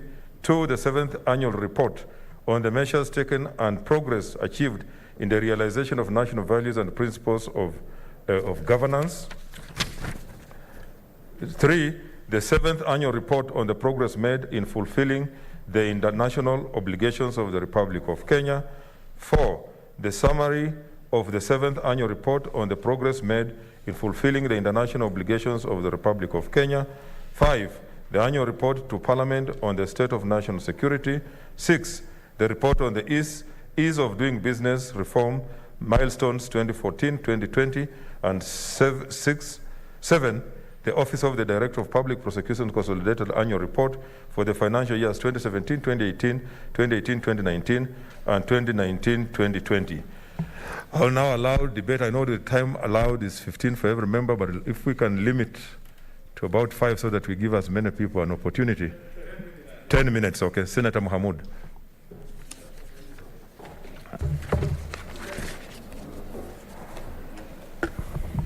Mr. Speaker, thank you very much for giving me the opportunity to contribute to this speech of the President on the State of the Nation delivered on November 12, 2020, last Thursday. Speaker, sir, this speech, the statement, as mentioned, was given 6 months late because of the issues which are in our country. So, Speaker, first let me say this. This address was made to Parliament. Parliament, which is made of 2 houses. I have issue with the writers of the speech because in the document you will see a lot of reference to Mr. Speaker, National Assembly. The 2 speakers were sitting there, but severally the President was referring to Mr. Speaker. Severally the President was saying this house. I think he was addressing 2 houses. I think the speech writers in the President's office are not used to the bicameral parliament that we have. This is where we are, because the confusion we have in this country is that people still think the Parliament is National Assembly. And in fact, they made the President read a speech, which if you look at it, a lot of sentences are actually addressing one house, yet he was addressing the whole house, both houses. So, Speaker, this speech was given at a time when this country was facing a lot of challenges. The President in his speech at paragraph 7, they say that the state of the nation is strong, resilient, brimming with the promise of an ever brighter future. Very optimistic, very futuristic. But the fact is that this country is facing a lot of challenges. Challenges which are caused by COVID-19, a challenge which since March this year has actually ravaged the whole world, Kenya included. So, Speaker, as we speak today, the challenges of COVID have not gone away. In fact, a second wave have come, and we are facing serious challenges which must be addressed seriously. We are now losing our medical staff, our frontline workers on this COVID issue, and in fact, it's getting serious. 2 days ago, I was watching the news that our doctors are giving notice of strike because of the risk they think that they are being exposed to. So, Speaker, COVID-19 has contributed to the crippling of our economy, an economy which has been savaged by, first of all, by a crippling debt, a debt burden which is which has never been seen before, coupled with the problems that we have because there's no activities going on in the economy. In fact, this has contributed to a lot of, slowdown in our economy. So COVID issues has contributed to the slowdown of our economy. Our education sector is not spared. Our children have been at home since April this year. We are now talking of opening schools, and when we are just ready to open the schools, the issue of COVID second wave has started again. So, Speaker, the preparedness of this country in dealing with COVID is actually questionable. We must, as Kenyans, take this serious moment where we are dealing with COVID-19 and take it seriously. It is true at the beginning that we have, as I stated in the speech of the President, that we really did a lot of, put a lot of measures in place, but the measures were relaxed. So, Mr. Speaker, I still think that this matter is very serious, and it must be dealt with given the chance that the resilience it deserves. Mr. Speaker, our schools are open. Quite a number more will be open in January. Our children have been tested positive. Today, you see Baringo the other day, and today you are seeing somewhere in Cliffy, a school where about 30 plus students were diagnosed with COVID-19. Mr. Speaker, this is a serious matter, and we must address it. Mr. Speaker, our economy is not doing well, because of course, the slowdown which was caused by COVID-19. And in fact, all this needs to be tackled. Mr. Speaker, on the state of security of this country, yes, it's true that the challenges that were posed by Al-Shabaab actually slowed down tremendously. I thank the state for the good job they have done on this matter. But the security challenges which are actually posed by the regional conflict that is going on in Ethiopia, the conflict or even the issues which are in our good neighbor Tanzania, I think these are challenges that Kenya must take seriously. Kenya has been known as an island of peace in the region, which is full of turmoil over the years. We took part in a lot of peacekeeping in countries like Sudan, Somalia. And now it's our chance to be able to maybe intervene and see what we can do with our neighbors in Ethiopia, because that war is a serious one that actually can affect the region terribly. So, Speaker, the issue of maybe our other neighbors, Somalia, I think is stabilizing.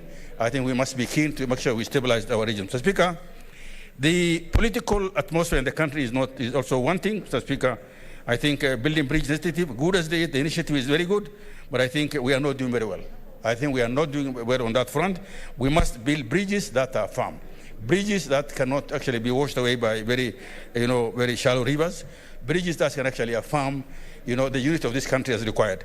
So, Speaker, the President severally referred in his speech as the constitutional moment. Yes, constitutional moment, but constitution must be made by all of us. We have no problem, actually, I personally have no problem with the building bridge initiative as the document as issued, but there are issues in that document that must be agreed.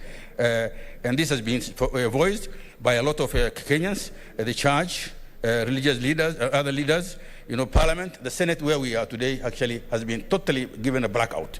And in fact, as we change the architecture of Parliament, when we say Parliament will have even cabinet, when there will be marriage between Parliament and the executive in the proposal, then we need an arbiter elsewhere that the Senate can be able to vet those ministers and to put the government on check, because the government is going to actually, the way the proposal is done, is going to go to bed with Parliament, the executive. So, Speaker, there are issues that need to be addressed because this constitution belongs to all Kenyans. I think the enthusiasm with which the handshake came, the handshake was very good. I think it brought peace in this country, but I think that enthusiasm must be translated to a positive approach for this country, so this country can actually have a constitution which can take us all on board. I have seen the document, we have read it very well, but I think the issues that have been raised by various stakeholders, my pastoralist backyard included, must be taken account because, you know, we are part of this country, and this country, all of us are part of this country, and this country must have, is not take it or leave it. It is for everybody. So I think the issue that the President said is a vision for this country, let that vision be a united Kenya, where every Kenyan sees himself. The Constitution we have today, 2010, is a very progressive Constitution. If any improvement is done on that Constitution, we're happy. But anything which negates the gains in that particular Constitution, personally, I will not support. So, Speaker, sir, I think the speech of the President came at in a very difficult times. The President has tried his best to address the state of the nation and the security of the nation, but the challenges are there. This challenge must be dealt with. We cannot blindfold ourselves and forget about it. So this must be addressed so that, you know, our farmers, our school children, our health workers, our nation, our youth, and actually the totality of Kenya live in peace and survive this pandemic of COVID, which is threatening the very life and the very fabric of society. So, Speaker, with those many remarks, I beg to support. Thank you, Senator. Senator Olekina.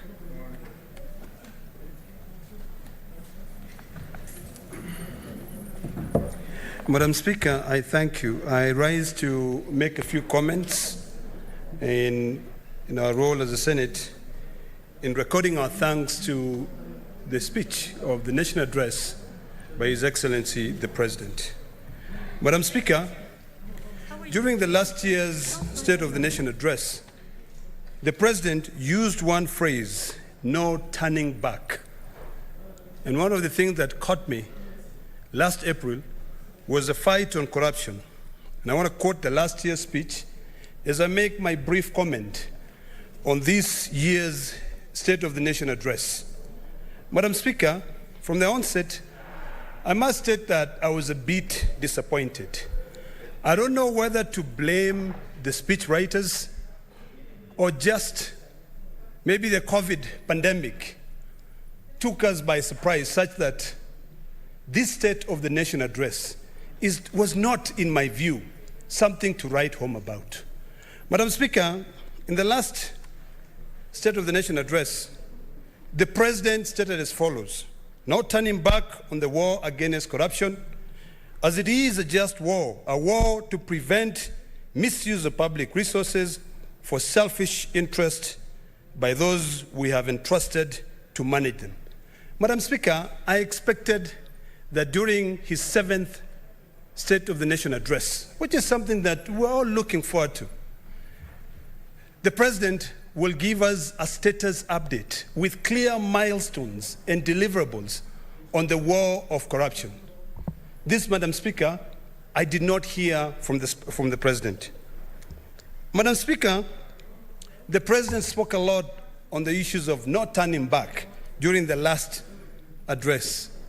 But clearly, in his address, although the speech writers could have indicated to some extent the fight on COVID, I do not believe that they gave it the sensitivity that it required.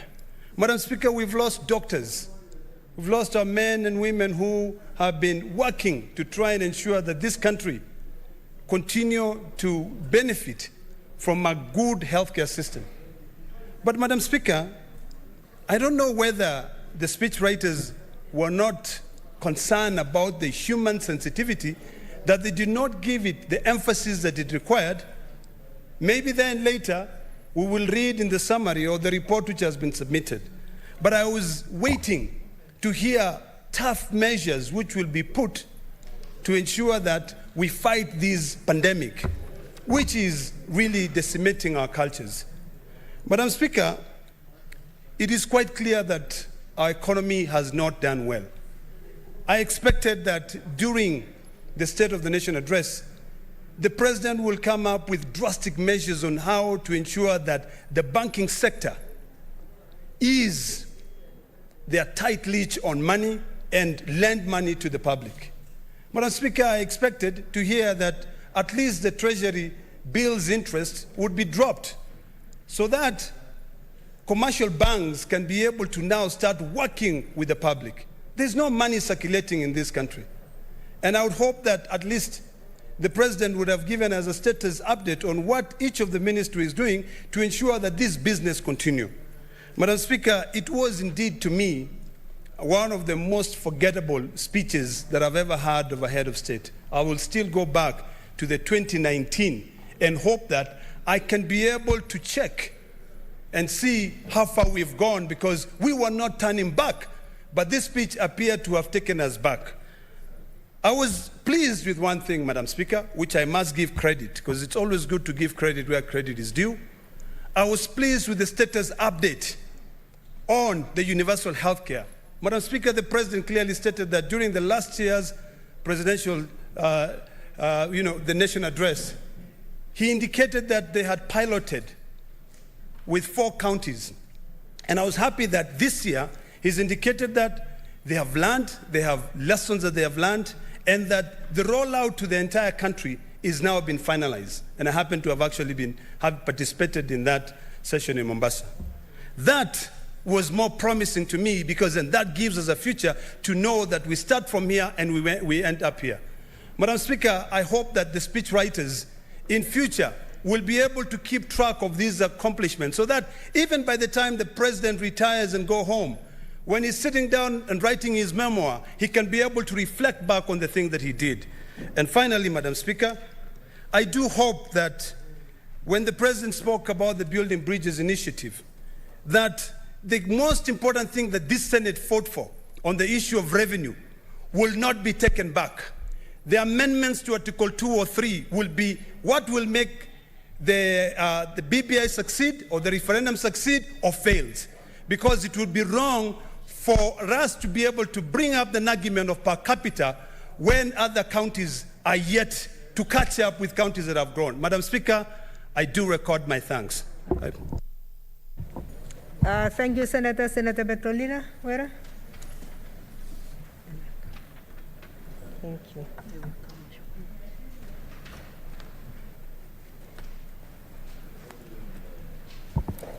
Thank you, Madam Speaker. I also want to join my colleagues in making comments on the presidential speech to the joint sitting of Parliament. Madam Speaker, I also want to start by making a comment on the issues the President talked about at length on COVID. And my focus, Madam Speaker, is on the way we are treating our frontline health workers. And Madam Speaker, they are preferring to be called martyrs because we are sacrificing them in this fight against COVID. Madam Speaker, I wished the President would have told us more on the way they are improving the working environment of doctors and nurses. If the President would have given a way forward on the provision of the personal protective equipment to our healthcare workers. And that said, Madam Speaker, he also said they are committed to the cause. He mentioned about the opening of schools to come with the reality of COVID. That is commendable because it was becoming a pandemic in itself on what is going to happen in the education sector. Madam Speaker, the President also talked about the CBC curriculum, praised its implementation and said that it was the implementation was going on well. However, Madam Speaker, I wish that the Ministry of Education would focus on the implementation of CBC in our public schools in the counties, in the rural areas. Most of the provisions that are required for the implementation of CBC are not easy to come by in the rural schools. So we might be looking at a CBC that works, yes, but only works for certain children in this country and not others. The President also talked about the issue of pending bills in the progress report on our national values. And Madam Speaker, I was also happy with this, that he has given orders that pending bills in all sectors be prioritized, and we have seen that even Treasury is prioritizing this, and we commend him for that. He talked about mental health, the issue of mental health, and now with COVID, mental health is now a big deal, Madam Speaker. And most of us, because we have misunderstood mental health for a long time to mean madness, we really do not know how to deal with these issues, and instead may choose to focus on myths. But the issues of mental health now need to move to the second level of public education, so that we deal with the symptoms of mental health and the treatment thereof. Most of our psychologists and psychiatrists don't have a lot of work, and because people do not know where to go. So public education in this area, Madam Speaker, would be helpful, and the task force that the President set up has work to do, and they should not continue sleeping. He talked about making Kenya a manufacturing country, and the BBI report has something called the cottage industries. And Madam Speaker, with the devolved systems, this manufacturing endeavor will work, and we'll be able to reach that level and create more jobs, because we can only create jobs when we become a manufacturing country. So we look forward to these, the implementation of this report that the President gave, of his plans for this country, at least for the remaining 2 years. Madam Speaker, the President talked about Vision 2030, and that they are implementing Vision 2030, at least the midterm of it, which he called the 4-point agenda. I was happy with that, because for a long time I kept worrying that this Jubilee government from 2013 had abandoned Vision 2030. But he assured us in this speech that he has implemented it using the midterm plan, and he has put the 4-point agenda in the midterm plan. Madam Speaker, on the issue of international obligations, he talked about our seat at the UN Security Council, and I want to congratulate him and the country for getting this seat for us. Madam Speaker, on the issue of East African community and trade exports, he mentioned the exports that exports to the East African countries have increased to a six-year high. But however, Madam Speaker, we know for sure that Uganda, for example, now exports more to Kenya than we do to Uganda, whereas initially we were exporting much, much more to Uganda. So that needs to be looked into. He also talked about engaging the UK so that we have access to that UK market. That's important, because since Brexit, UK is now available to other players in trade, and we are happy that he's doing those negotiations and roping in the US, because by in the US, especially after 2025, when AGOA comes to an end. New frontiers as well, especially in East Europe and East Southern Asia. The government is looking into those new frontiers, and we welcome that, because then we'll be able to allow many of our young people to seek jobs in those areas. And as the manufacturing industry here grows, because he says he's going to focus on it, we'll have more people get jobs there. Madam Speaker, we also have industrial training institutes offering jobs in the sectors where we'll be able to export our young people to work in these sectors or in these new frontiers that the government is focusing on. Thank you, Madam Speaker. I have seen the light, although I thought we have 10 minutes. So thank you, Madam Speaker. I will stop there and allow others to contribute. Thank you. Thank you, Senator. Senator Gerard Gay, Samson Gibrotich.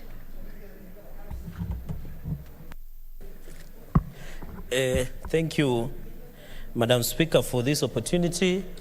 From the onset, I want to say that the President's speech was very underwhelming. It should have been short and sweet and inspirational. I think, Speaker, it is very unfortunate, and the drafters of President should avoid repetitive in some of these issues.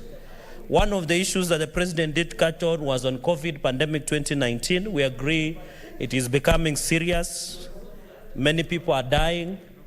And I think as a country, we must build a consensus on how we can move forward to ensure that it does not continue ravaging. Madam Speaker, my concern is on the 6 billion universal health cover. There is nothing to smile about, as Morgan Heritage said in his song, Reggae. Even in Nyeri County, the universal health care has come to an end. So I'm wondering, when you talk about universal health care, when Nyeri, mothers, adults have walked to hospitals in Nyeri County, Madam Speaker, and they can't get service. Yet the president was telling the country that universal health care will resolve these issues under Article 43. Madam Speaker, even in this 60 billion, up to now, medical doctors are dying and frontline workers up to date, yet risk allowance has never been paid to them, Madam Speaker.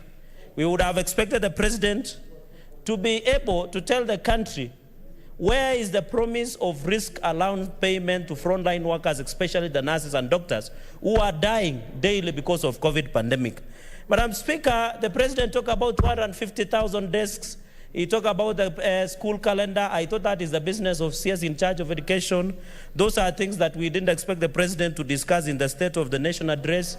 Thirdly, Madam Speaker, is on the issue of public debt, because saying calendar of the school should belong to even chairman of Nyumba Kumi is too senior to be communicating such in a public forum. Madam Speaker, on the issue of public debt of 7.1 trillion, the president did not give us a clear, and I am among the senators who voted against the raising of ceiling. Up to now, it's 7.1 trillion that is coming. Madam Speaker.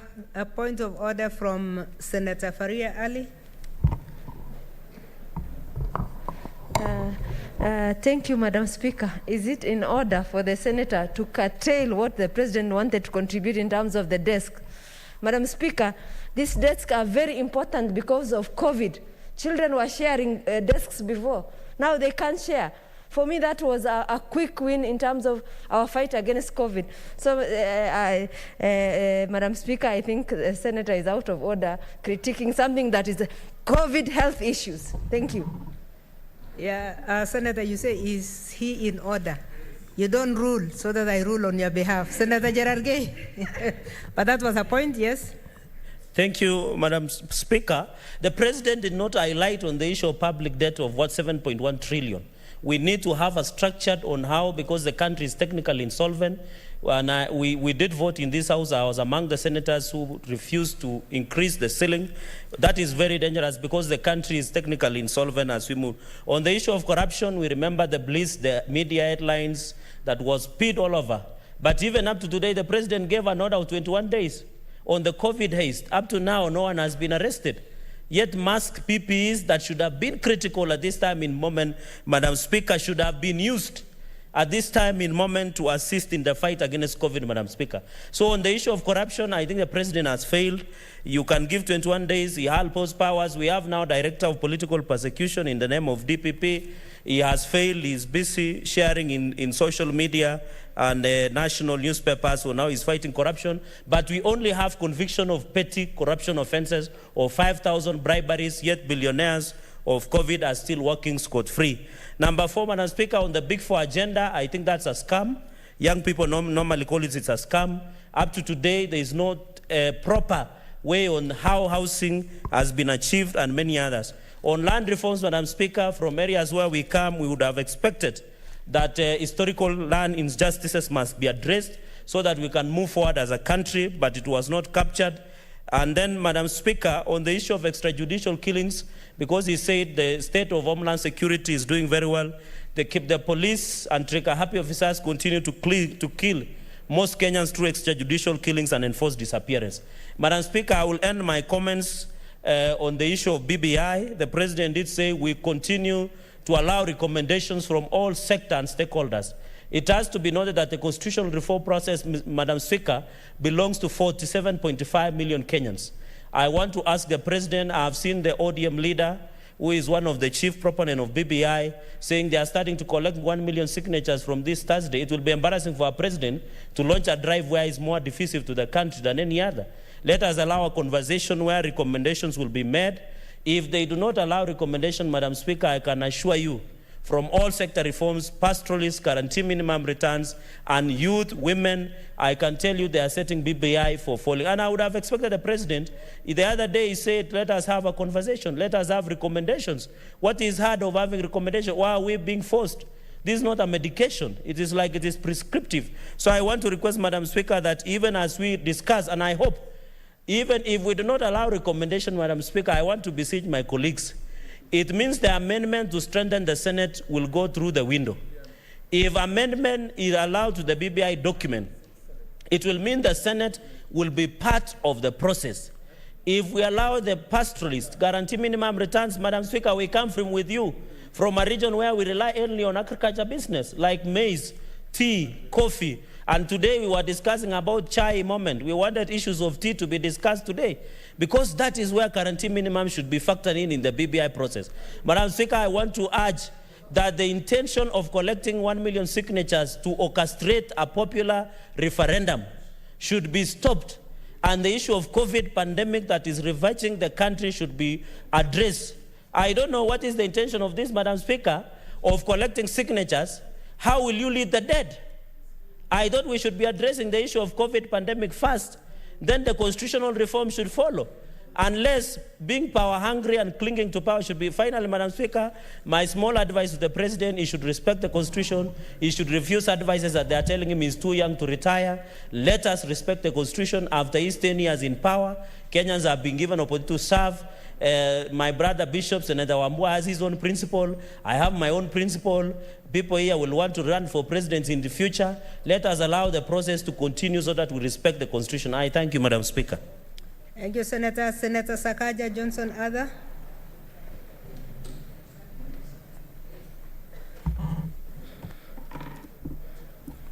Madam Speaker, I'm very glad to be able to support this motion where the Senate expresses, Madam Speaker, its thanks for the public exposition, for the exposition of public policy by the President and under the State of Nation address, especially speaking after the avalanche of negativity from Senator Cherargei.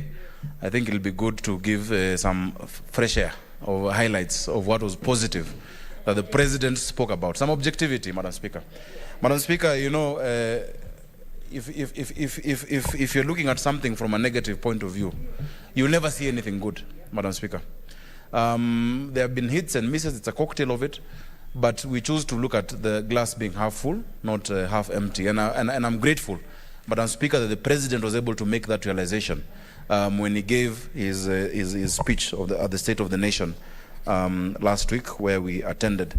Madam Speaker, at the outset, I want to note that indeed this speech was done at a peculiar and difficult time that this country is going through, which is the COVID-19 pandemic, which of course occasioned the speech to be done in November, while naturally it's supposed to be done earlier in the year. The numbers that were allowed in the chamber were fewer.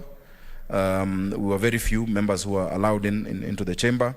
And indeed, it is a peculiar time. It is not normal times. By the time the President was speaking, we had 66,000 infections, 66,723 infections, and 1,203 deaths. There are many deaths. We're actually experiencing the second wave of this pandemic, which is quite lethal. We're losing so many people. The number of deaths just this month is more than the deaths that have been occasioned in many months combined. And I think it is for us to be more careful. There's what the government can do, but there's what we must take as personal responsibility. Madam Speaker, earlier on, we had been optimistic. I was chairing this COVID committee. And part of what we were told was that the virus was attenuating, and the strain that was affecting us earlier in the year was a milder strain than what had been happening, what was in Europe and parts of the Americas. Madam Speaker, that doesn't look like the case now. And in fact, it would be good, I wish the Committee on COVID, if it still exists, or the Committee of Health now, that the COVID committee's term ended, would call KEMRI again. Because KEMRI had made a lot of groundbreaking initiatives, culturing the virus, doing analysis, and we have the best analysts and medical researchers on the continent of Africa. They need to come and give us an update on what they are seeing and why the spike in deaths. I don't think the spike has been occasioned, Madam Speaker, by the night curfew. That one has little to do. We assume that the virus wakes up at 11 or at 9 p.m. During the day, we can be flouting the rules throughout the day, and then think that if we go at 9 p.m., that then at that point is when the virus shows up. But during the day, if you go around the country, if you look at the kind of meetings that people are holding, politicians are holding, we are really being irresponsible, Madam Speaker, during the day. And Kenyans must know this virus doesn't wake up at night. It is there with us during the day and everywhere. When you asked if somebody is less than 2 meters near you, to have your mask, to sanitize, we need to take those things seriously. Madam Speaker, if you look at how the speech was arranged, I want to just start on the economy. We have done, I think, 9 reports as the COVID committee, previously, and they've gone on. But the pillar on the economy, I think, leaves much to be done. We're grateful, Madam Speaker, that by the time the President was speaking, the tax measures that had been introduced, the reduction of corporate tax by 5%, income tax, which is pay as you earn, VAT from 16 to 14%, would make the government forgo 176 billion shillings a year. But, Madam Speaker, we also note that there's been savings. For instance, the education budget, which runs to almost 200 billion, not being expended apart from salaries. And so what we expected, especially for small and medium-sized enterprises, was this credit guarantee scheme. Credit guarantee scheme of at least 200 B, so that those companies or those medium-sized enterprises, the restaurants, the hospitality industry that had to lay off people would be equipped to keep those people working and be able to pay them. By the time we brought those proposals, Madam Speaker, months ago, many countries have done serious stimulus programs running into trillions, and we could be able to do that. We've just had the CS Treasury speaking about it, Equity CEO speaking about it, but real businesses are still hurting. So we acknowledge the President's goodwill and his intention, but at this point, it should not just still be a plan. There needs to be implementation of those proposals, especially on credit guarantee scheme. 5 billion is a bit low. The issue of the health workers, and we're staring at almost a crisis soon, where they're going to strike. We're glad our measures, we've done better than many countries. I don't know what that light means, how many minutes. Madam Speaker, sorry, Madam Speaker, if you could advise me how much longer. You have 3 more. I've not spoken for 7 minutes, Madam Speaker. 5 more minutes. Oh, thank you. I've not spoken for 7. Madam Speaker, with these 5,000 health workers were to be hired much earlier. We hope that can be done. And as in the words of the President, we're not yet out of the woods. Madam Speaker, one of my highlights, because I'm seeing the time, is what the President said in paragraph 48, that East Africa's premier mental health facility will now offer training and research in psychiatry, specialized psychiatric services, forensic psychiatric services, child and adolescent mental services, and substance abuse-related and addictive disorders. Madam Speaker, a renewed focus on mental health wellness is needed in this country. It is a crisis. On Friday, I'm glad I was able to visit with Dr. Frank Njenga and his clinic, and just saw the number of young people who are there, and those are those who can afford. But across the country, in our counties, from level 1 to level 4, very many people are suffering from mental health challenges. We don't have clinical psychologists. I'm glad I was able to meet county public service board chairs after that as chairman of Labour Committee, and told them, you don't even have clinical psychologists as part of your schemes of service. Let us renew our focus and our money and even budgeting in county level to mental health. It is a crisis. It is a challenge, Madam Speaker. And when it comes close to your doorstep, that's when you will get to realize we need to renew those efforts. I'm glad we have one of the pioneers and the biggest champions for mental health, Senator Kasanga, in this house. Senator Kasanga, don't get tired. Don't just think about your bill, but think about the awareness we can raise, even with county assemblies, the money we give them for health. Let us even think of ring-fencing some for mental health, Madam Speaker. Madam Speaker, the President says that in economic development, it is not about the intention, but about results. It is not about the volume of what we do, but the impact of what we achieve. I'm glad he spoke about dealing with the poverty of dignity in terms of housing, and I'm glad with what is happening in Nairobi so far. With the NMS, we can do more. We need to do more in terms of housing. We've seen what is in Park Road and many of these areas, bachelors, etc. More can be done, but I acknowledge the President's, focus on Nairobi as a county. It has really helped us over the past few months. And I'm glad, because we raised the question when BBI report was released, that the services or the functions of Nairobi were being transferred permanently. Madam Speaker, I am 100% against that.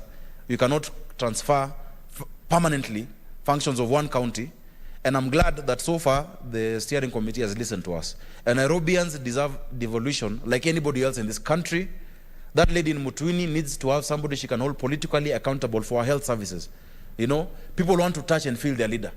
If you read the book of Samuel, the Israelites were told that if you have a king, this king will be so bad to you, they will take your chief. But they said, no, we want a king over us.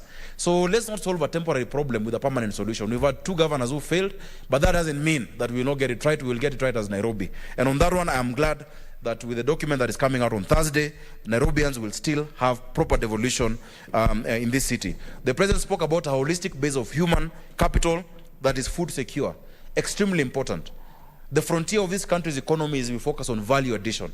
Agriculture, which is 33% of our GDP, is only producing 3% of revenue. And that tells you there's much to be desired.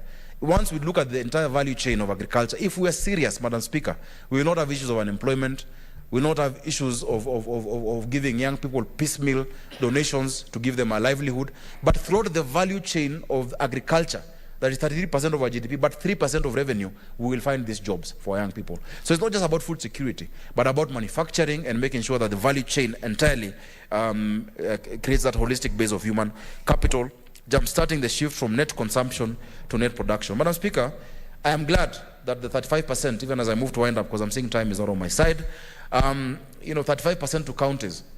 There are many people, Madam Speaker, who are saying that we're already giving counties more than 35%.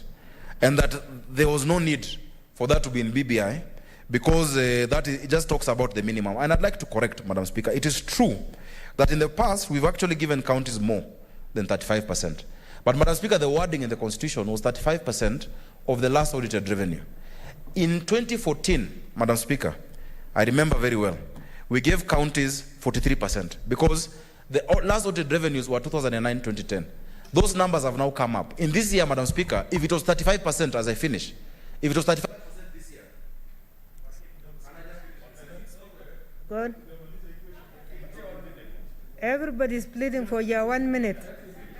They're going with me. Statement that you have. Let me finish, because over the years, the last audited revenues were way back, and Senator Kajwang has helped, together with the Public Accounts Committee, they brought it closer. This year we gave counties 316 billion, which was 23%.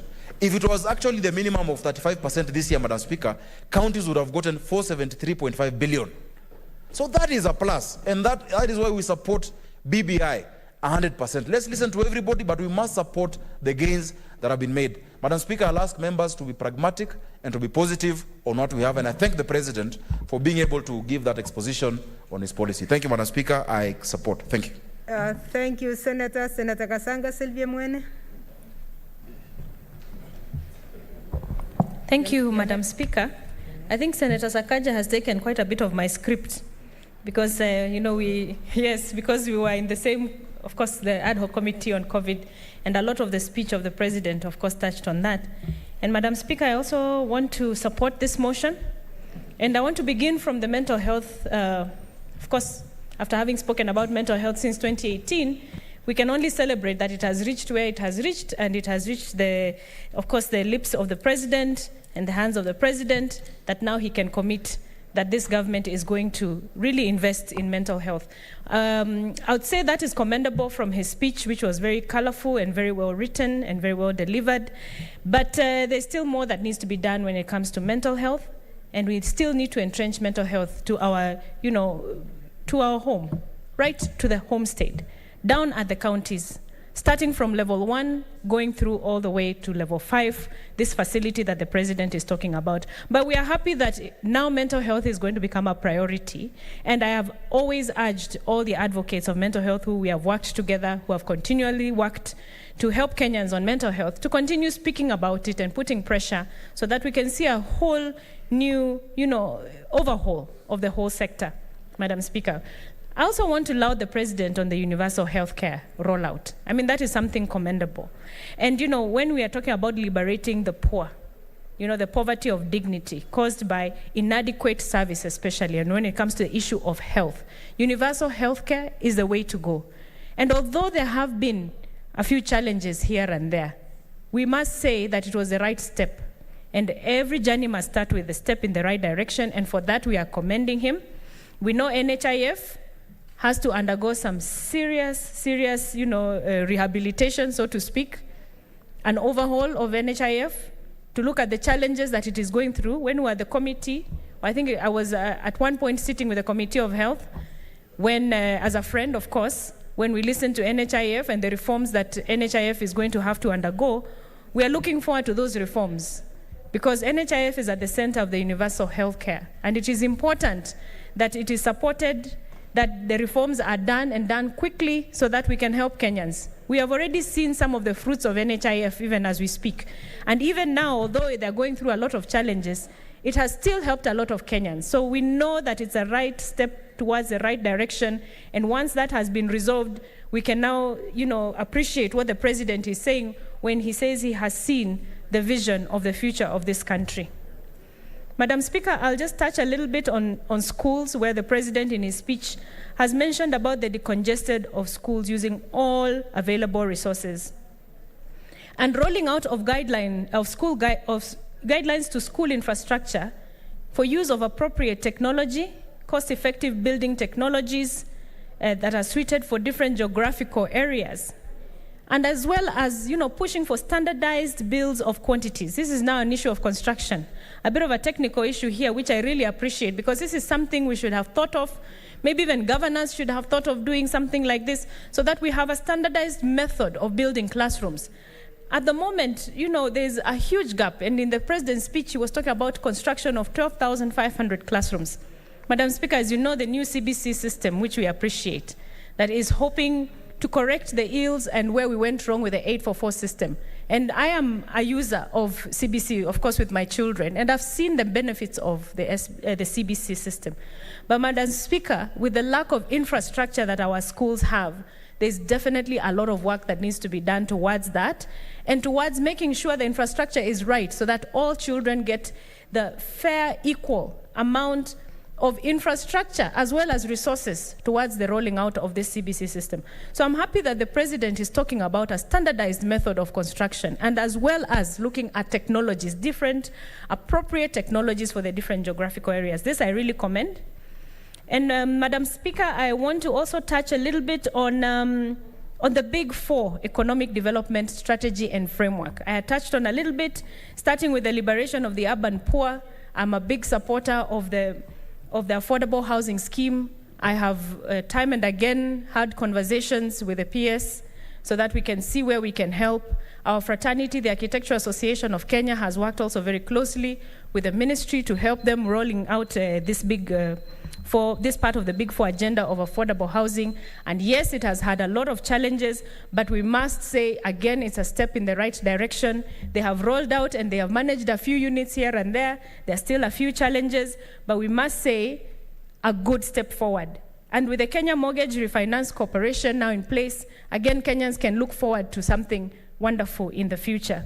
Madam Speaker, the transitioning young people from being earners of wages to owners of capital is an area that maybe the government needs to work on a little bit more, as well as building a holistic base for human capital, food secure and health assured. When it comes to food security, Madam Speaker, I remember when we met with the Agriculture Minister at the ad hoc committee on COVID, he did report that yes, there may be a gap because this country, of course, as the President alluded, is a tough time.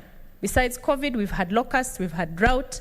Food security may be a bit of a challenge, but they were having strategies of making sure this is happening, and we are looking forward to a lot more, to hear more on the strategies that the President is, of course, setting out. When it comes to, one of the other pillars and strategies, that is jumpstarting the shift a country from net consumption to one of production. Again, this is something we really want to celebrate because this is where jobs are really going to come from. And the government now needs to be clear on some of the strategies that they are, putting out forward. The issues of land reforms, again, a lot could have been done, but the few steps that so far the government has done, including the digitalization of the Ministry of Lands, is a positive step forward. It begins to resolve some of the issues that we have had and, the difficulty in doing land transactions as well as loss of documents and things like that. We've sat through petitions that have been brought in the Land Committee, of a few challenges here and there, but you can see the bigger picture of where it is intended to go, and that we must celebrate and say, it's about time we celebrate technology and use it in as far as possible. Madam Speaker, when it comes to infrastructure projects, you will hear a lot of Kenyans, of course, mention that huge infrastructure projects are happening, and yet the impact is not being felt. But we want to say again, yes, we will have loans to pay for these infrastructure projects, but going forward, the lessons that the government, the executive needs to now highlight on is what are the learning lessons. We have talked about making sure that projects that are done have enough local content so that our youths can get jobs, and not just youths at all levels of employment need to have local content, including consultants, and all that stuff, including everyone, even the drivers and all sort of Kenyans need to have a lot more local content when it comes to large infrastructure projects. And then, Madam Speaker, I have to add a bit of frustration sometimes we get from the government when not enough public participation is done towards some of these mega projects, where then key stakeholders feel left out. And this is an area which I wish the President would have, given a bit more commitment that going forward, the government will really do proper public participation when it comes to some of these large projects, because it helps with accountability. It helps with fighting corruption. Okay, which is another issue which I wish would have been spoken on a little bit more, Madam Speaker. As we know, the Big Four agenda, one of the biggest challenges, of course, is corruption. We would like to see a lot more done. We want to see much more convictions. Now that we have tried to look for COVID billionaires and realized it is such a long process, I don't even know if we will ever find the COVID billionaires. The ad hoc committee has now left it to the health committee to continue looking for those billionaires. Madam Speaker, it is frustrating and Kenyans begin to lose hope. And we have to, the government has to continually keep our hopes up and making sure these convictions are done. Lastly, Madam Speaker, is on the BBI. And I have to say, I one time listened to Senator Malala, he's not here today, delivering a speech in a forum we were in Vihiga, and he is very electric, and I've seen now why he's so popular when you listen to him on the ground. It was absolutely fantastic. But he was quick to say, women do not need to come. Senator Mbogo Chochechilo? Oh, thank you very much, Madam She Speaker. only has 1 minute, so I hope. I had to interrupt my dear friend. She's a very good friend of mine. Would I be in order to ask her to simplify something for us? COVID billionaire, COVID kills. What does COVID billionaire mean for simple-minded people like us? Kindly explain to us. In your 1 minute, see how you can accommodate that. That, Madam Speaker, I might not be able to accommodate that in my 1 minute, but I can invite him for a conversation over a cup of tea. Yes, so Madam Speaker, when it comes to the issue of BBI, I've had a lot of conversation that women being brought into Senate are not of any use, or we might not find a way for women to work here in this Senate. And I just want to remind Kenyans that even in the US, which we always want to copy and emulate as a democratic, they have had years of democracy. Their Senate that oversees the Union of States has 2 members from every county. How they work is something we need to sit down, understand, and make sure we can do it. Let those women come here. Let them come here, and together with the women, you will decide how Senate is going to oversight counties. So for me, that is something I am passionate about, and I hope in the document that will come on Thursday, the women will still remain in Senate, Madam Speaker. Otherwise, I support the motion. Thank you, Senator Ali Abdullah Ibrahim, Senator Wajir. Thank you, Madam Speaker. I was about to give up after staying so long, waiting for it, but thank you. Madam Speaker, I wish to thank the President for his speech, which discussed a lot of issues. But unfortunately, when I was in the National Assembly, Madam Speaker, I felt I was an outsider. I even wondered why I was there. The speech was for the National Assembly, generally. It was not for the Senate. I think next time, I think the people who are concerned and the ones who write the speeches should do the right thing so that everybody who is there feels part and parcel of what's going on. Madam Speaker, while the government has tried, as much as they are concerned, to discuss issues of combating COVID, the pandemic, But when you look at it and when you see the Ministry of Health giving every day the returns, you might think that this is more of a public, relations exercise, Madam Speaker. Madam Speaker, why do I say that? Because it's good to know what's happening. It's good for the people to be given information. But when you look around, are we really serious? Whatever we are trying to do we really want to stop the pandemic? I don't think so. When you look at the political class, who are the ones who are doing these things, who are the ones who are running this country, who are supposed to lead by example, what we do is just making sure that we increase the issue of infection. We are not helping it. You talk of rallies, whether it is indoors, whether it is outdoors. I will even prefer the outdoor one because there's at least some air and there's movement of wind so that these things move faster. But people are now going back to cocoons, they're going back to town halls. You are told town halls. That's where you don't have proper air and the infection will just increase. Madam Speaker, you've seen our schools, the way the things have been of late. Schools have been opened, the infection rate increases. So I feel that, Madam Speaker, even if we have been elected to represent our people, the most important thing is try and talk to our people and tell them this is not the way things are. When you go to hotels, when you go to bars, you will be shocked. Even where we sit, members decide to come and coalesce around one table. Instead of the rules, following the rules in hotels, in bars, you see groups together. That is increasing infection, Madam Speaker. And things like that don't work, really. So if we have to be serious, we should stop the way Trump and his government and his people are doing things. Here you have to follow the protocols of the ministry, and we follow it seriously. Madam Speaker, the other issue which I want to talk about is the issue of PBI. I've been quiet on this issue. I've not talked about it much. But I think we are not doing the right thing. When Kenyans are dying, per the day, the number you can't even imagine. And we still talk of BBI, which is more important. For Kenyans to take care of COVID and stop this pandemic, or go and change the Constitution. The Constitution is not going anywhere. What is the emergency? What is this hurry? We can do it next year, or we can even follow. Was it, were they the evangelical church, or I think it was them, the evangelical, who said, even increase the year per 1 year for the president and his team. It doesn't matter. Instead of killing more Kenyans, if we have to do it because we have to do it 1 year to election, then increasing even by 1 year our term is not a problem instead of killing people, Madam Speaker. I don't see the rush in this BBI issue.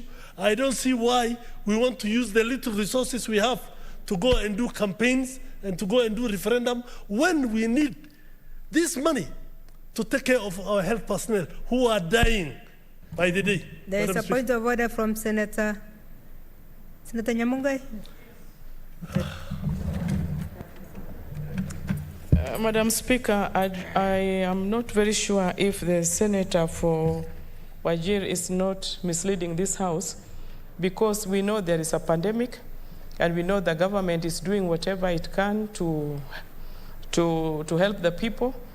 And if he's using the word that killing people, it's like the government is taking upon itself to kill its own people, which I don't think is not the issue. So it should be very clear and should not be misleading, Madam Speaker. Madam Speaker, that's not a point of order. I'm sorry to say. Is it a point of order, Senator Boko Chilo? My time should not be wasted, Madam Speaker. Yeah, thank you, Madam Speaker. And my good brother should not claim that point of order as I intended to waste his time. We are also seated here listening to him, so he must be orderly. Would I be in order to ask Senator Dr. Ali to stop implying that BBI is killing Kenyans? It is COVID and not BBI. Senator, you come out with clarity. You still have your 6 minutes. I did not say that BBI is killing Kenyans, but I said when COVID is killing Kenyans and there's a pandemic in this country and we don't have resources, the little resources we have should be used for to make sure that we take care of our health sector. We take care of our health personnel who are dying, which is a fact. We take care of our hospitals, which are ill-equipped, Madam Speaker. Our hospitals, our health centers, our dispensaries, which are ill-equipped. So by supporting our hospitals, by supporting our health personnel, then we will be stopping the pandemic, Madam Speaker. This is what I mean. When we don't have enough money, then and we want to go and put more money in BBI, I don't see that one as an emergency. That's all I said, Madam Speaker. Madam Speaker, on the issue of the same issue, you have seen just the day, 2 days ago, we were with NHIF and the ministry, and we were told that COVID patients cannot be, taken care of by NHIF, by the insurance companies. Why don't we use this money to try and supplement and help our people so that our people don't die, so that these insurance companies can take care of our people, Madam Speaker? Madam Speaker, when it comes to the issue of security, I am grateful that things have been done, but now, as it has been mentioned, there's insecurity in Ethiopia, there's insecurity in Somalia. These Al-Shabaab are already coming into Kenya. Now they kill once in a while, but now they are everywhere. They are moving everywhere. So I hope the government does not sit back and say that we are finalized and stop at that. Madam Speaker, the other issue I want to talk about is resource allocation. Madam Speaker, we have already marginalized counties for the last 50 years. The little we got from now devolution, it's being introduced in the BBI, something called per capita. What we have done here in this house is being negated, and the per capita is brought through the back door, through BBI. And my friend here, the whip, has said that what he has failed to do here, he will do it through BBI. That will be very unfortunate. That will be very unfair. And, Madam, I think that is not right. That we should not use the issue of population in everything. When you talk of land, in other parts of Kenya, land is very important. But when it comes to the northern counties, land is useless. When we talk of animals, in other parts of Kenya, it's very important. But when it comes to northern Kenya, they are useless. Because we have been told that in those areas, there are only animals and trees and land, which is of no use to this country. But when you look at the map of Kenya, Madam Speaker, last time when we were discussing here, somebody drew the map of Kenya. The map of Kenya is for these marginalized counties, Madam Speaker. The others are small communities. They are not big in number, but the land size is so small that they're just there in the middle, Madam Speaker. So if you want to get rid of this big land, but you want to keep all the resources because you have the numbers, then don't call that one Kenya. It will not be Kenya, because Kenya is made of people and land, Madam Speaker. Madam Speaker, when you talk of issues of representation in other jurisdictions where the extra seats are created, it is for marginalized communities, it is for women, it is for PWDs, Madam Speaker. But here, we want to increase numbers for the most populous. They already have the numbers, they want to take more. I think that is not right, and this one should be taken into consideration by the principals so that those marginalized individuals, those marginalized counties do not suffer more. Madam Speaker, finally, I want to talk on the issue of corruption, Madam Speaker. Corruption has been a problem in this country. The president has tried his best. But, Madam Speaker, we don't want people being taken to court and then released. And then you are told that they cannot go to the offices, but they work from their homes and give instructions. What difference does it make? Either people should go to jail, Madam Speaker, or people are left to do what they were doing before. As Senator Ochila Ayako talked about something called COVID billionaires. I will talk about the COVID billionaires. COVID billionaires are those people who took a lot of money from KEMSA, and nothing has been done to them. The 30 days is gone, nothing is happening. Some of us are following it up in the committee. We cannot even manage to deal with it in some ways or another, Madam Speaker. Everybody has everything. Thank you, Madam Speaker. Thank you, Senator Ali. Senator Ongeri Samson Kegengo, Senator of Kisii. Thank you, Madam Speaker, for allowing me to comment on the state of the President's national address to this nation. I must say the President was bang on point. Any president, any sitting president must at all times be able to appraise Kenyans of any dangers or threats to the nation. And I think one of the issues that he picked as a threat to this nation is the COVID-19 pandemic. And he couldn't have done better than that, because that is the issue that is slowing down, whether you are talking of education, you are talking of health, you are talking of industrialization, you are talking of manufacturing. It is one single element, a pandemic, and that's its name, that is slowing down everything that we have noticed in this country. And therefore, the president appropriately addressed that issue with the proviso of what Kenyans must do. One of the things that we must appreciate is that wherever there's a pandemic, there will always be shift of resources from non-vulnerable areas to the vulnerable areas. In this case, he has appropriately shifted the resources from other areas that can wait for development to be able to tackle the issue of the COVID-19 pandemic. How I wished that both the national government and the county government can now synergize their efforts to be able to address the issue of the PPE, the public protection equipment for the world health workers, for health workers or the frontline workers, whom we are losing by numbers. It's very painful to me when I see some of my own students, like late Dr. Ayusi, whom I trained as a postgraduate pediatrician, that he's gone, and many other frontline workers. I've also witnessed some of the best teachers in this country, some of the best NAT and COPET teachers in this country who have lost their lives through this COVID-19 pandemic. And therefore, the measures, the health protocol that have been put in place are so critical and important in dealing with this pandemic, because if we don't do so, we intend to be able to lose more and more people. We are in the second wave of this disease, and indeed, when you look at the, let me use a technical terminology, at the pathogenesis, the evolution of this disease from the original level to the current second wave, what we call the mutation of the virus to something else that is more non-responsive to certain remedies that we have been applying in the first primary phase. It's now beating every conceivable treatment that is being given to these patients. Therefore, I believe that one of the most important measures is prevention is better than cure. And therefore, the public health protocol that have been put in place must be rigorously followed, and we must follow this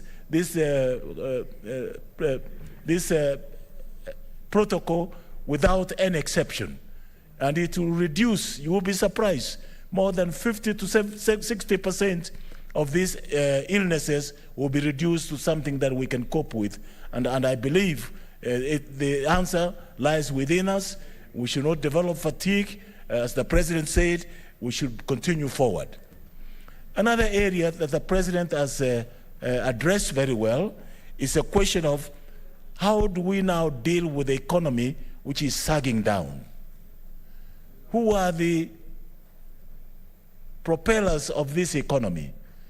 This is the human capital. And I think he has addressed the issue of human capital, that unless we're able to retrain and reorient our thinking in terms of how we want to generate the income, the human capital, the incomes for this country, it's going to be a futile exercise. Hence, the word which I like so much, that we should be able to train our young people, because these are some of our potential human capital. Train them to be not to be earners of wages, but to be creators or owners of capital. How do you train them to be owners of capital? I think it's bequeathing to them the necessary technology, the ICT. Our educational system has provided. Madam Speaker, you and I were once at the helm of the Ministry of Education, and we did propose to moving forward the agenda of technical training and applied technology to be able, as a vocational training resource for the young people and for our young school leavers to be able to attain that level of proficiency. And I'm glad to say that these are the future creators of the economy. The micro enterprises are going to arise from this group of people who will be properly trained to be able to achieve what others were not able to achieve. We have a whole array. We have a complete department of Director of Industrial Training Center, which is training and increasing skill achievement by those who are already in the industry. One time when I was in charge of that ministry, I did turn this Directorate of Industrial Training Center to train the youths from the youth polytechnics, technical training institutes, and our polytechnics. And we were able to achieve certain level of skills that we have been able to manufacture certain elements. And let me also add to say that some of these Juakali, at that time when it was not fashionable to be called a Juakali operator, these days everybody says I'm a Juakali operator because we sanitized it and became a very respectable profession. People are able now to earn incomes through that level. They're able to create their small micro enterprises. They're able to create their small micro industries, and therefore they are able to earn decent incomes and able to cope with life, with the vagaries of life. Now, I must at this stage be able to comment on the issue of the BBI. BBI is not a political tool. BBI is looking at those elements that were unable to create a favorable climate for us to create wealth and capital for our nation. The transfer of 35% of resources to county governments is a welcome idea. It was not hinged on the Constitution. It was only stated that we could then come here and argue through the division of DORA and through CARA. And you notice how tedious it was for us to reach an agreement.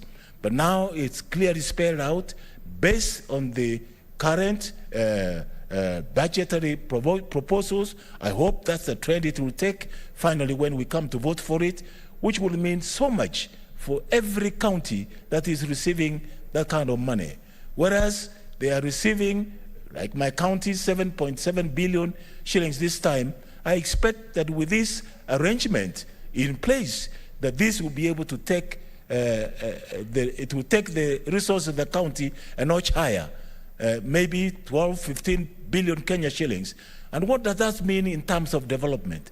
A much bigger portion of that money will go to development and therefore create the necessary infrastructure and prioritize the things at the county level and more so at the ward level where some of these infrastructure requirements are needed to be able to support the development in the county level. And some of the programs that are in Schedule 4 for county governments, those must be fully developed from the national government to county governments so they can feel the full impact of the economy and they can feel the full impact of funding at the county level. This question of marginalization does not arise. Secondly, the BBI is not going to create position for everybody else. It's just a question of realigning the governance structure so that the delivery method can be much better than before. And I've seen those opponents of BBI giving flimsy excuses that they are not comfortable with the BBI, they want certain things. But BBI is not a one-stop shop. As we progress, we are lawmakers, and we can always be able to amend and create new legislation to make it a fit system that can serve our people better, rather than leaving it to the whims and the decisions of other policymakers, but now to be captured on the Constitution. The only area I'm a bit uncomfortable, I would have liked to see resources allocated to oversight fund for the Senate, so that when the Senate is able to oversight those things. I thank you, Madam Speaker, for. Thank you, Senator. Senator Inima Gertrude Musuruve. Thank you, Honorable Speaker. for giving me this opportunity to comment on the President's speech. And I want to begin by thanking the President for coming up with a really great speech.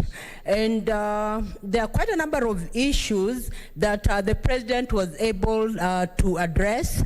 So I want to say that they are voluminous, but I'll just point out on a few issues. One of the issues that really came out strongly to me, and I felt it needs a lot of conversation and implementation, is the issue of enhancing economic development. And in enhancing economic development, the President, in the President's speech, there are quite a number of issues that are addressed. Issues to do with the youth, issues to do with ensuring that the youth are productive, the issues to do with the nation turning from consumerism to now being, producers. Now, as a nation, we have to really look for mechanisms of ensuring that we are being producers, as Kenyans. We are buying what is produced by Kenyans in order to boost the manufacturing industry. And I want to say that I've been very happy in many occasions when I see the President putting on a shirt made in Kenya. He has done that severally, and it's really, really motivating. And it is very clear in his speech that you really need to know the way. Once you know the way, you have to walk the way and show the way. So in his manner of dressing also, he's really encouraging that we really have to, support our local manufacturers. And this is something I really love. And most of the time, even when it comes to dressing, I'm keen about even going to that common mwananchi to, make my orders from there in terms of dressing in order to boost them, because I know that when you boost the locals, they'll be able to pay their rent. They'll be able to, bring food on their table, and they'll be motivated to even work harder. Honorable Speaker, still on the issue of economy, in the President's speech, it was quite clear that issues of national geospatial mapping of resources have been done across the 47 counties. And this really means that all the resources available in the counties, will be identified and known. And I'm hoping that, this mapping of resources will benefit the locals, so that the local youth that are there where the resources are employed, get jobs and all that. And I think this is something to really encourage, because we have to really bring to a stop the rural-urban migration of our youth. Still in the counties, there's a wealth of resources. And if this mapping has been done, and it has been done very well, when it comes to implementation and youths are given priorities and even the locals are given priorities, then this is a plus in the issue of job creation, Honorable Speaker, because we are talking of creating employment. And creating employment means that we really have to expand our thinking, we really have to expand our thoughts, and even county governments have to look into ways of ensuring that the resources available in the counties are audited, the resources that are available in the county are even helped so that the wananchi in that county are beneficiaries. Honorable Speaker, allow me to talk about to comment on the issue of coronavirus that came out from the President's speech.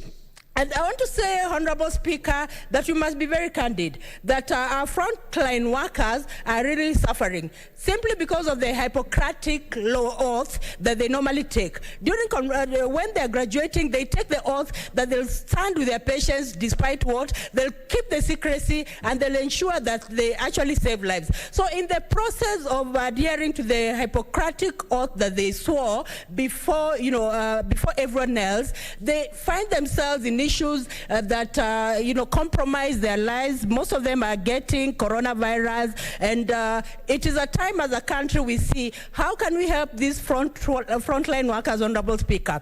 Remember, Honorable Speaker, that Kenya is among the countries that signed the Abuja Declaration that stated that 15% of the national revenue will go to the counties. So if 15% of the national revenue are going to counties, can they go to health workers so that health workers are given priorities? Even the anguish they go through, they even compromise their own families, because when they get coronavirus, remember, some of them are married, they have children, meaning that the contact even spreads wide. So there's need to also ensure that frontline workers are supported, frontline workers are given, are even encouraged in their work, because they cannot abandon their work. They already took an oath, and they're very clear that they are committed to their job. So, Honorable Speaker, even as we talk about the issue of frontline workers, I want to condole with the families of those frontline workers who have actually... Honorable Speaker, are my minutes over?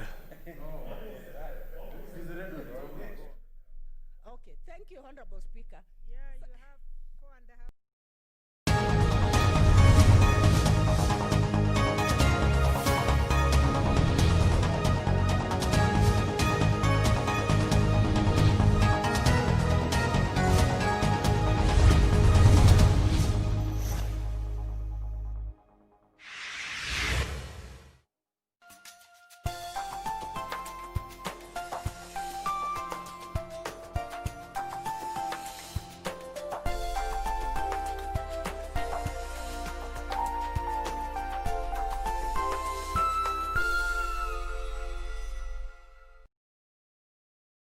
When the schools shut, the textile sector came to a halt. We have a workforce of over 300 people that we need to support, and the orders were just cancelled overnight.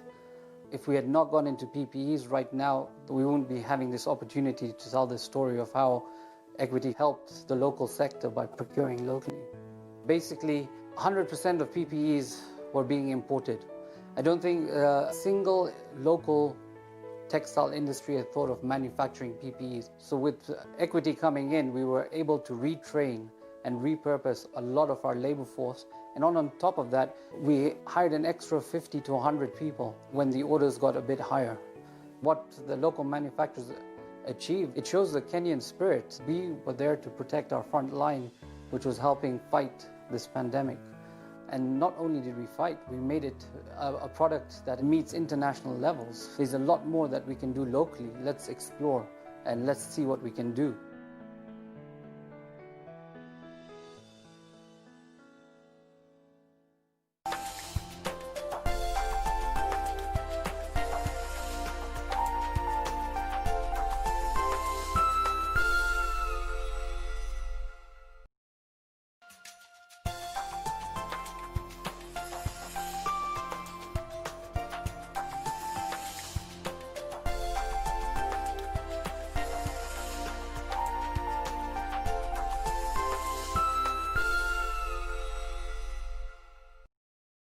When the world changed, it made us go back to the simple joys and love the little things even more, like serving up your best, eating together, and sharing more. Now, we'll take nothing for granted and always remember to taste the simple joys.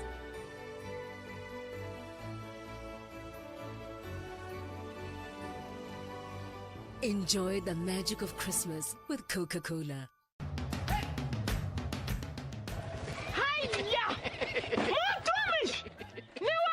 Ni mimi. Ulitoa pikipiki? Mulitani sitaomoka. Ni yako. Hii nduti ni yangu. Niliwahi pale Quickbit. Quickbit? Quickbit imekuja kusaidia wananchi kama sisi. Nilinunua 399 shillings. Juu nilikuwa the lowest unique bidder. 399 shillings. Quickbit shilingi moja unaweza nunua pizza. Shilingi mbili unaweza nunua microwave. Shilingi tano unaweza nunua hata gari. So tupeleke huko hata mtu aende huko. Jiunga na Quickbit ni rahisi. Enda kwenye M-Pesa, bonyeza paybill kisha weka business number 4032353. Kwenye account weka kodi ya bidhaa unayotaka na bidi yako ya chini zaidi. Kwa mfano TV 16. Kisha weka shilingi 20 tu kama idadi yako. Weka bidi yako pia kwenye www.quickbit quickbid.co.ke. Kumbuka, bidi ya chini zaidi ya kipekee ndio hununua. Quickbid, bidhaa bora kwa bei ya chini.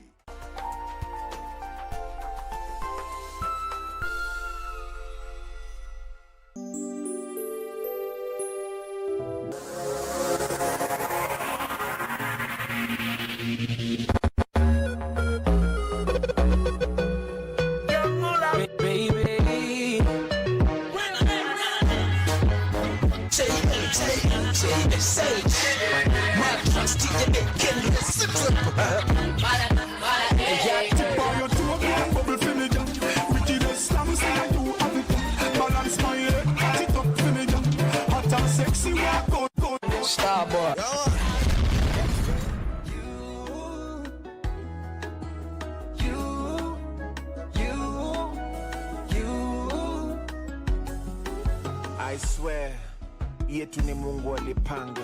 I see you, ka temperature waka na nipanda. In your eyes, kila wakati napotea. Feels like new love, kila saa ukitokea. Seeing you walking, na budako by your side. I found total happiness in your smile. I can't hide you, haina faida for gown white ya snow. Ikifagia flow, peteni kwanza. Then vows missing goji. 9 in the morning, ni love ndio emoji. X-ray shows kama sikupati taniua. Waiting vile bright me, dua na ngoja maua. Baby, you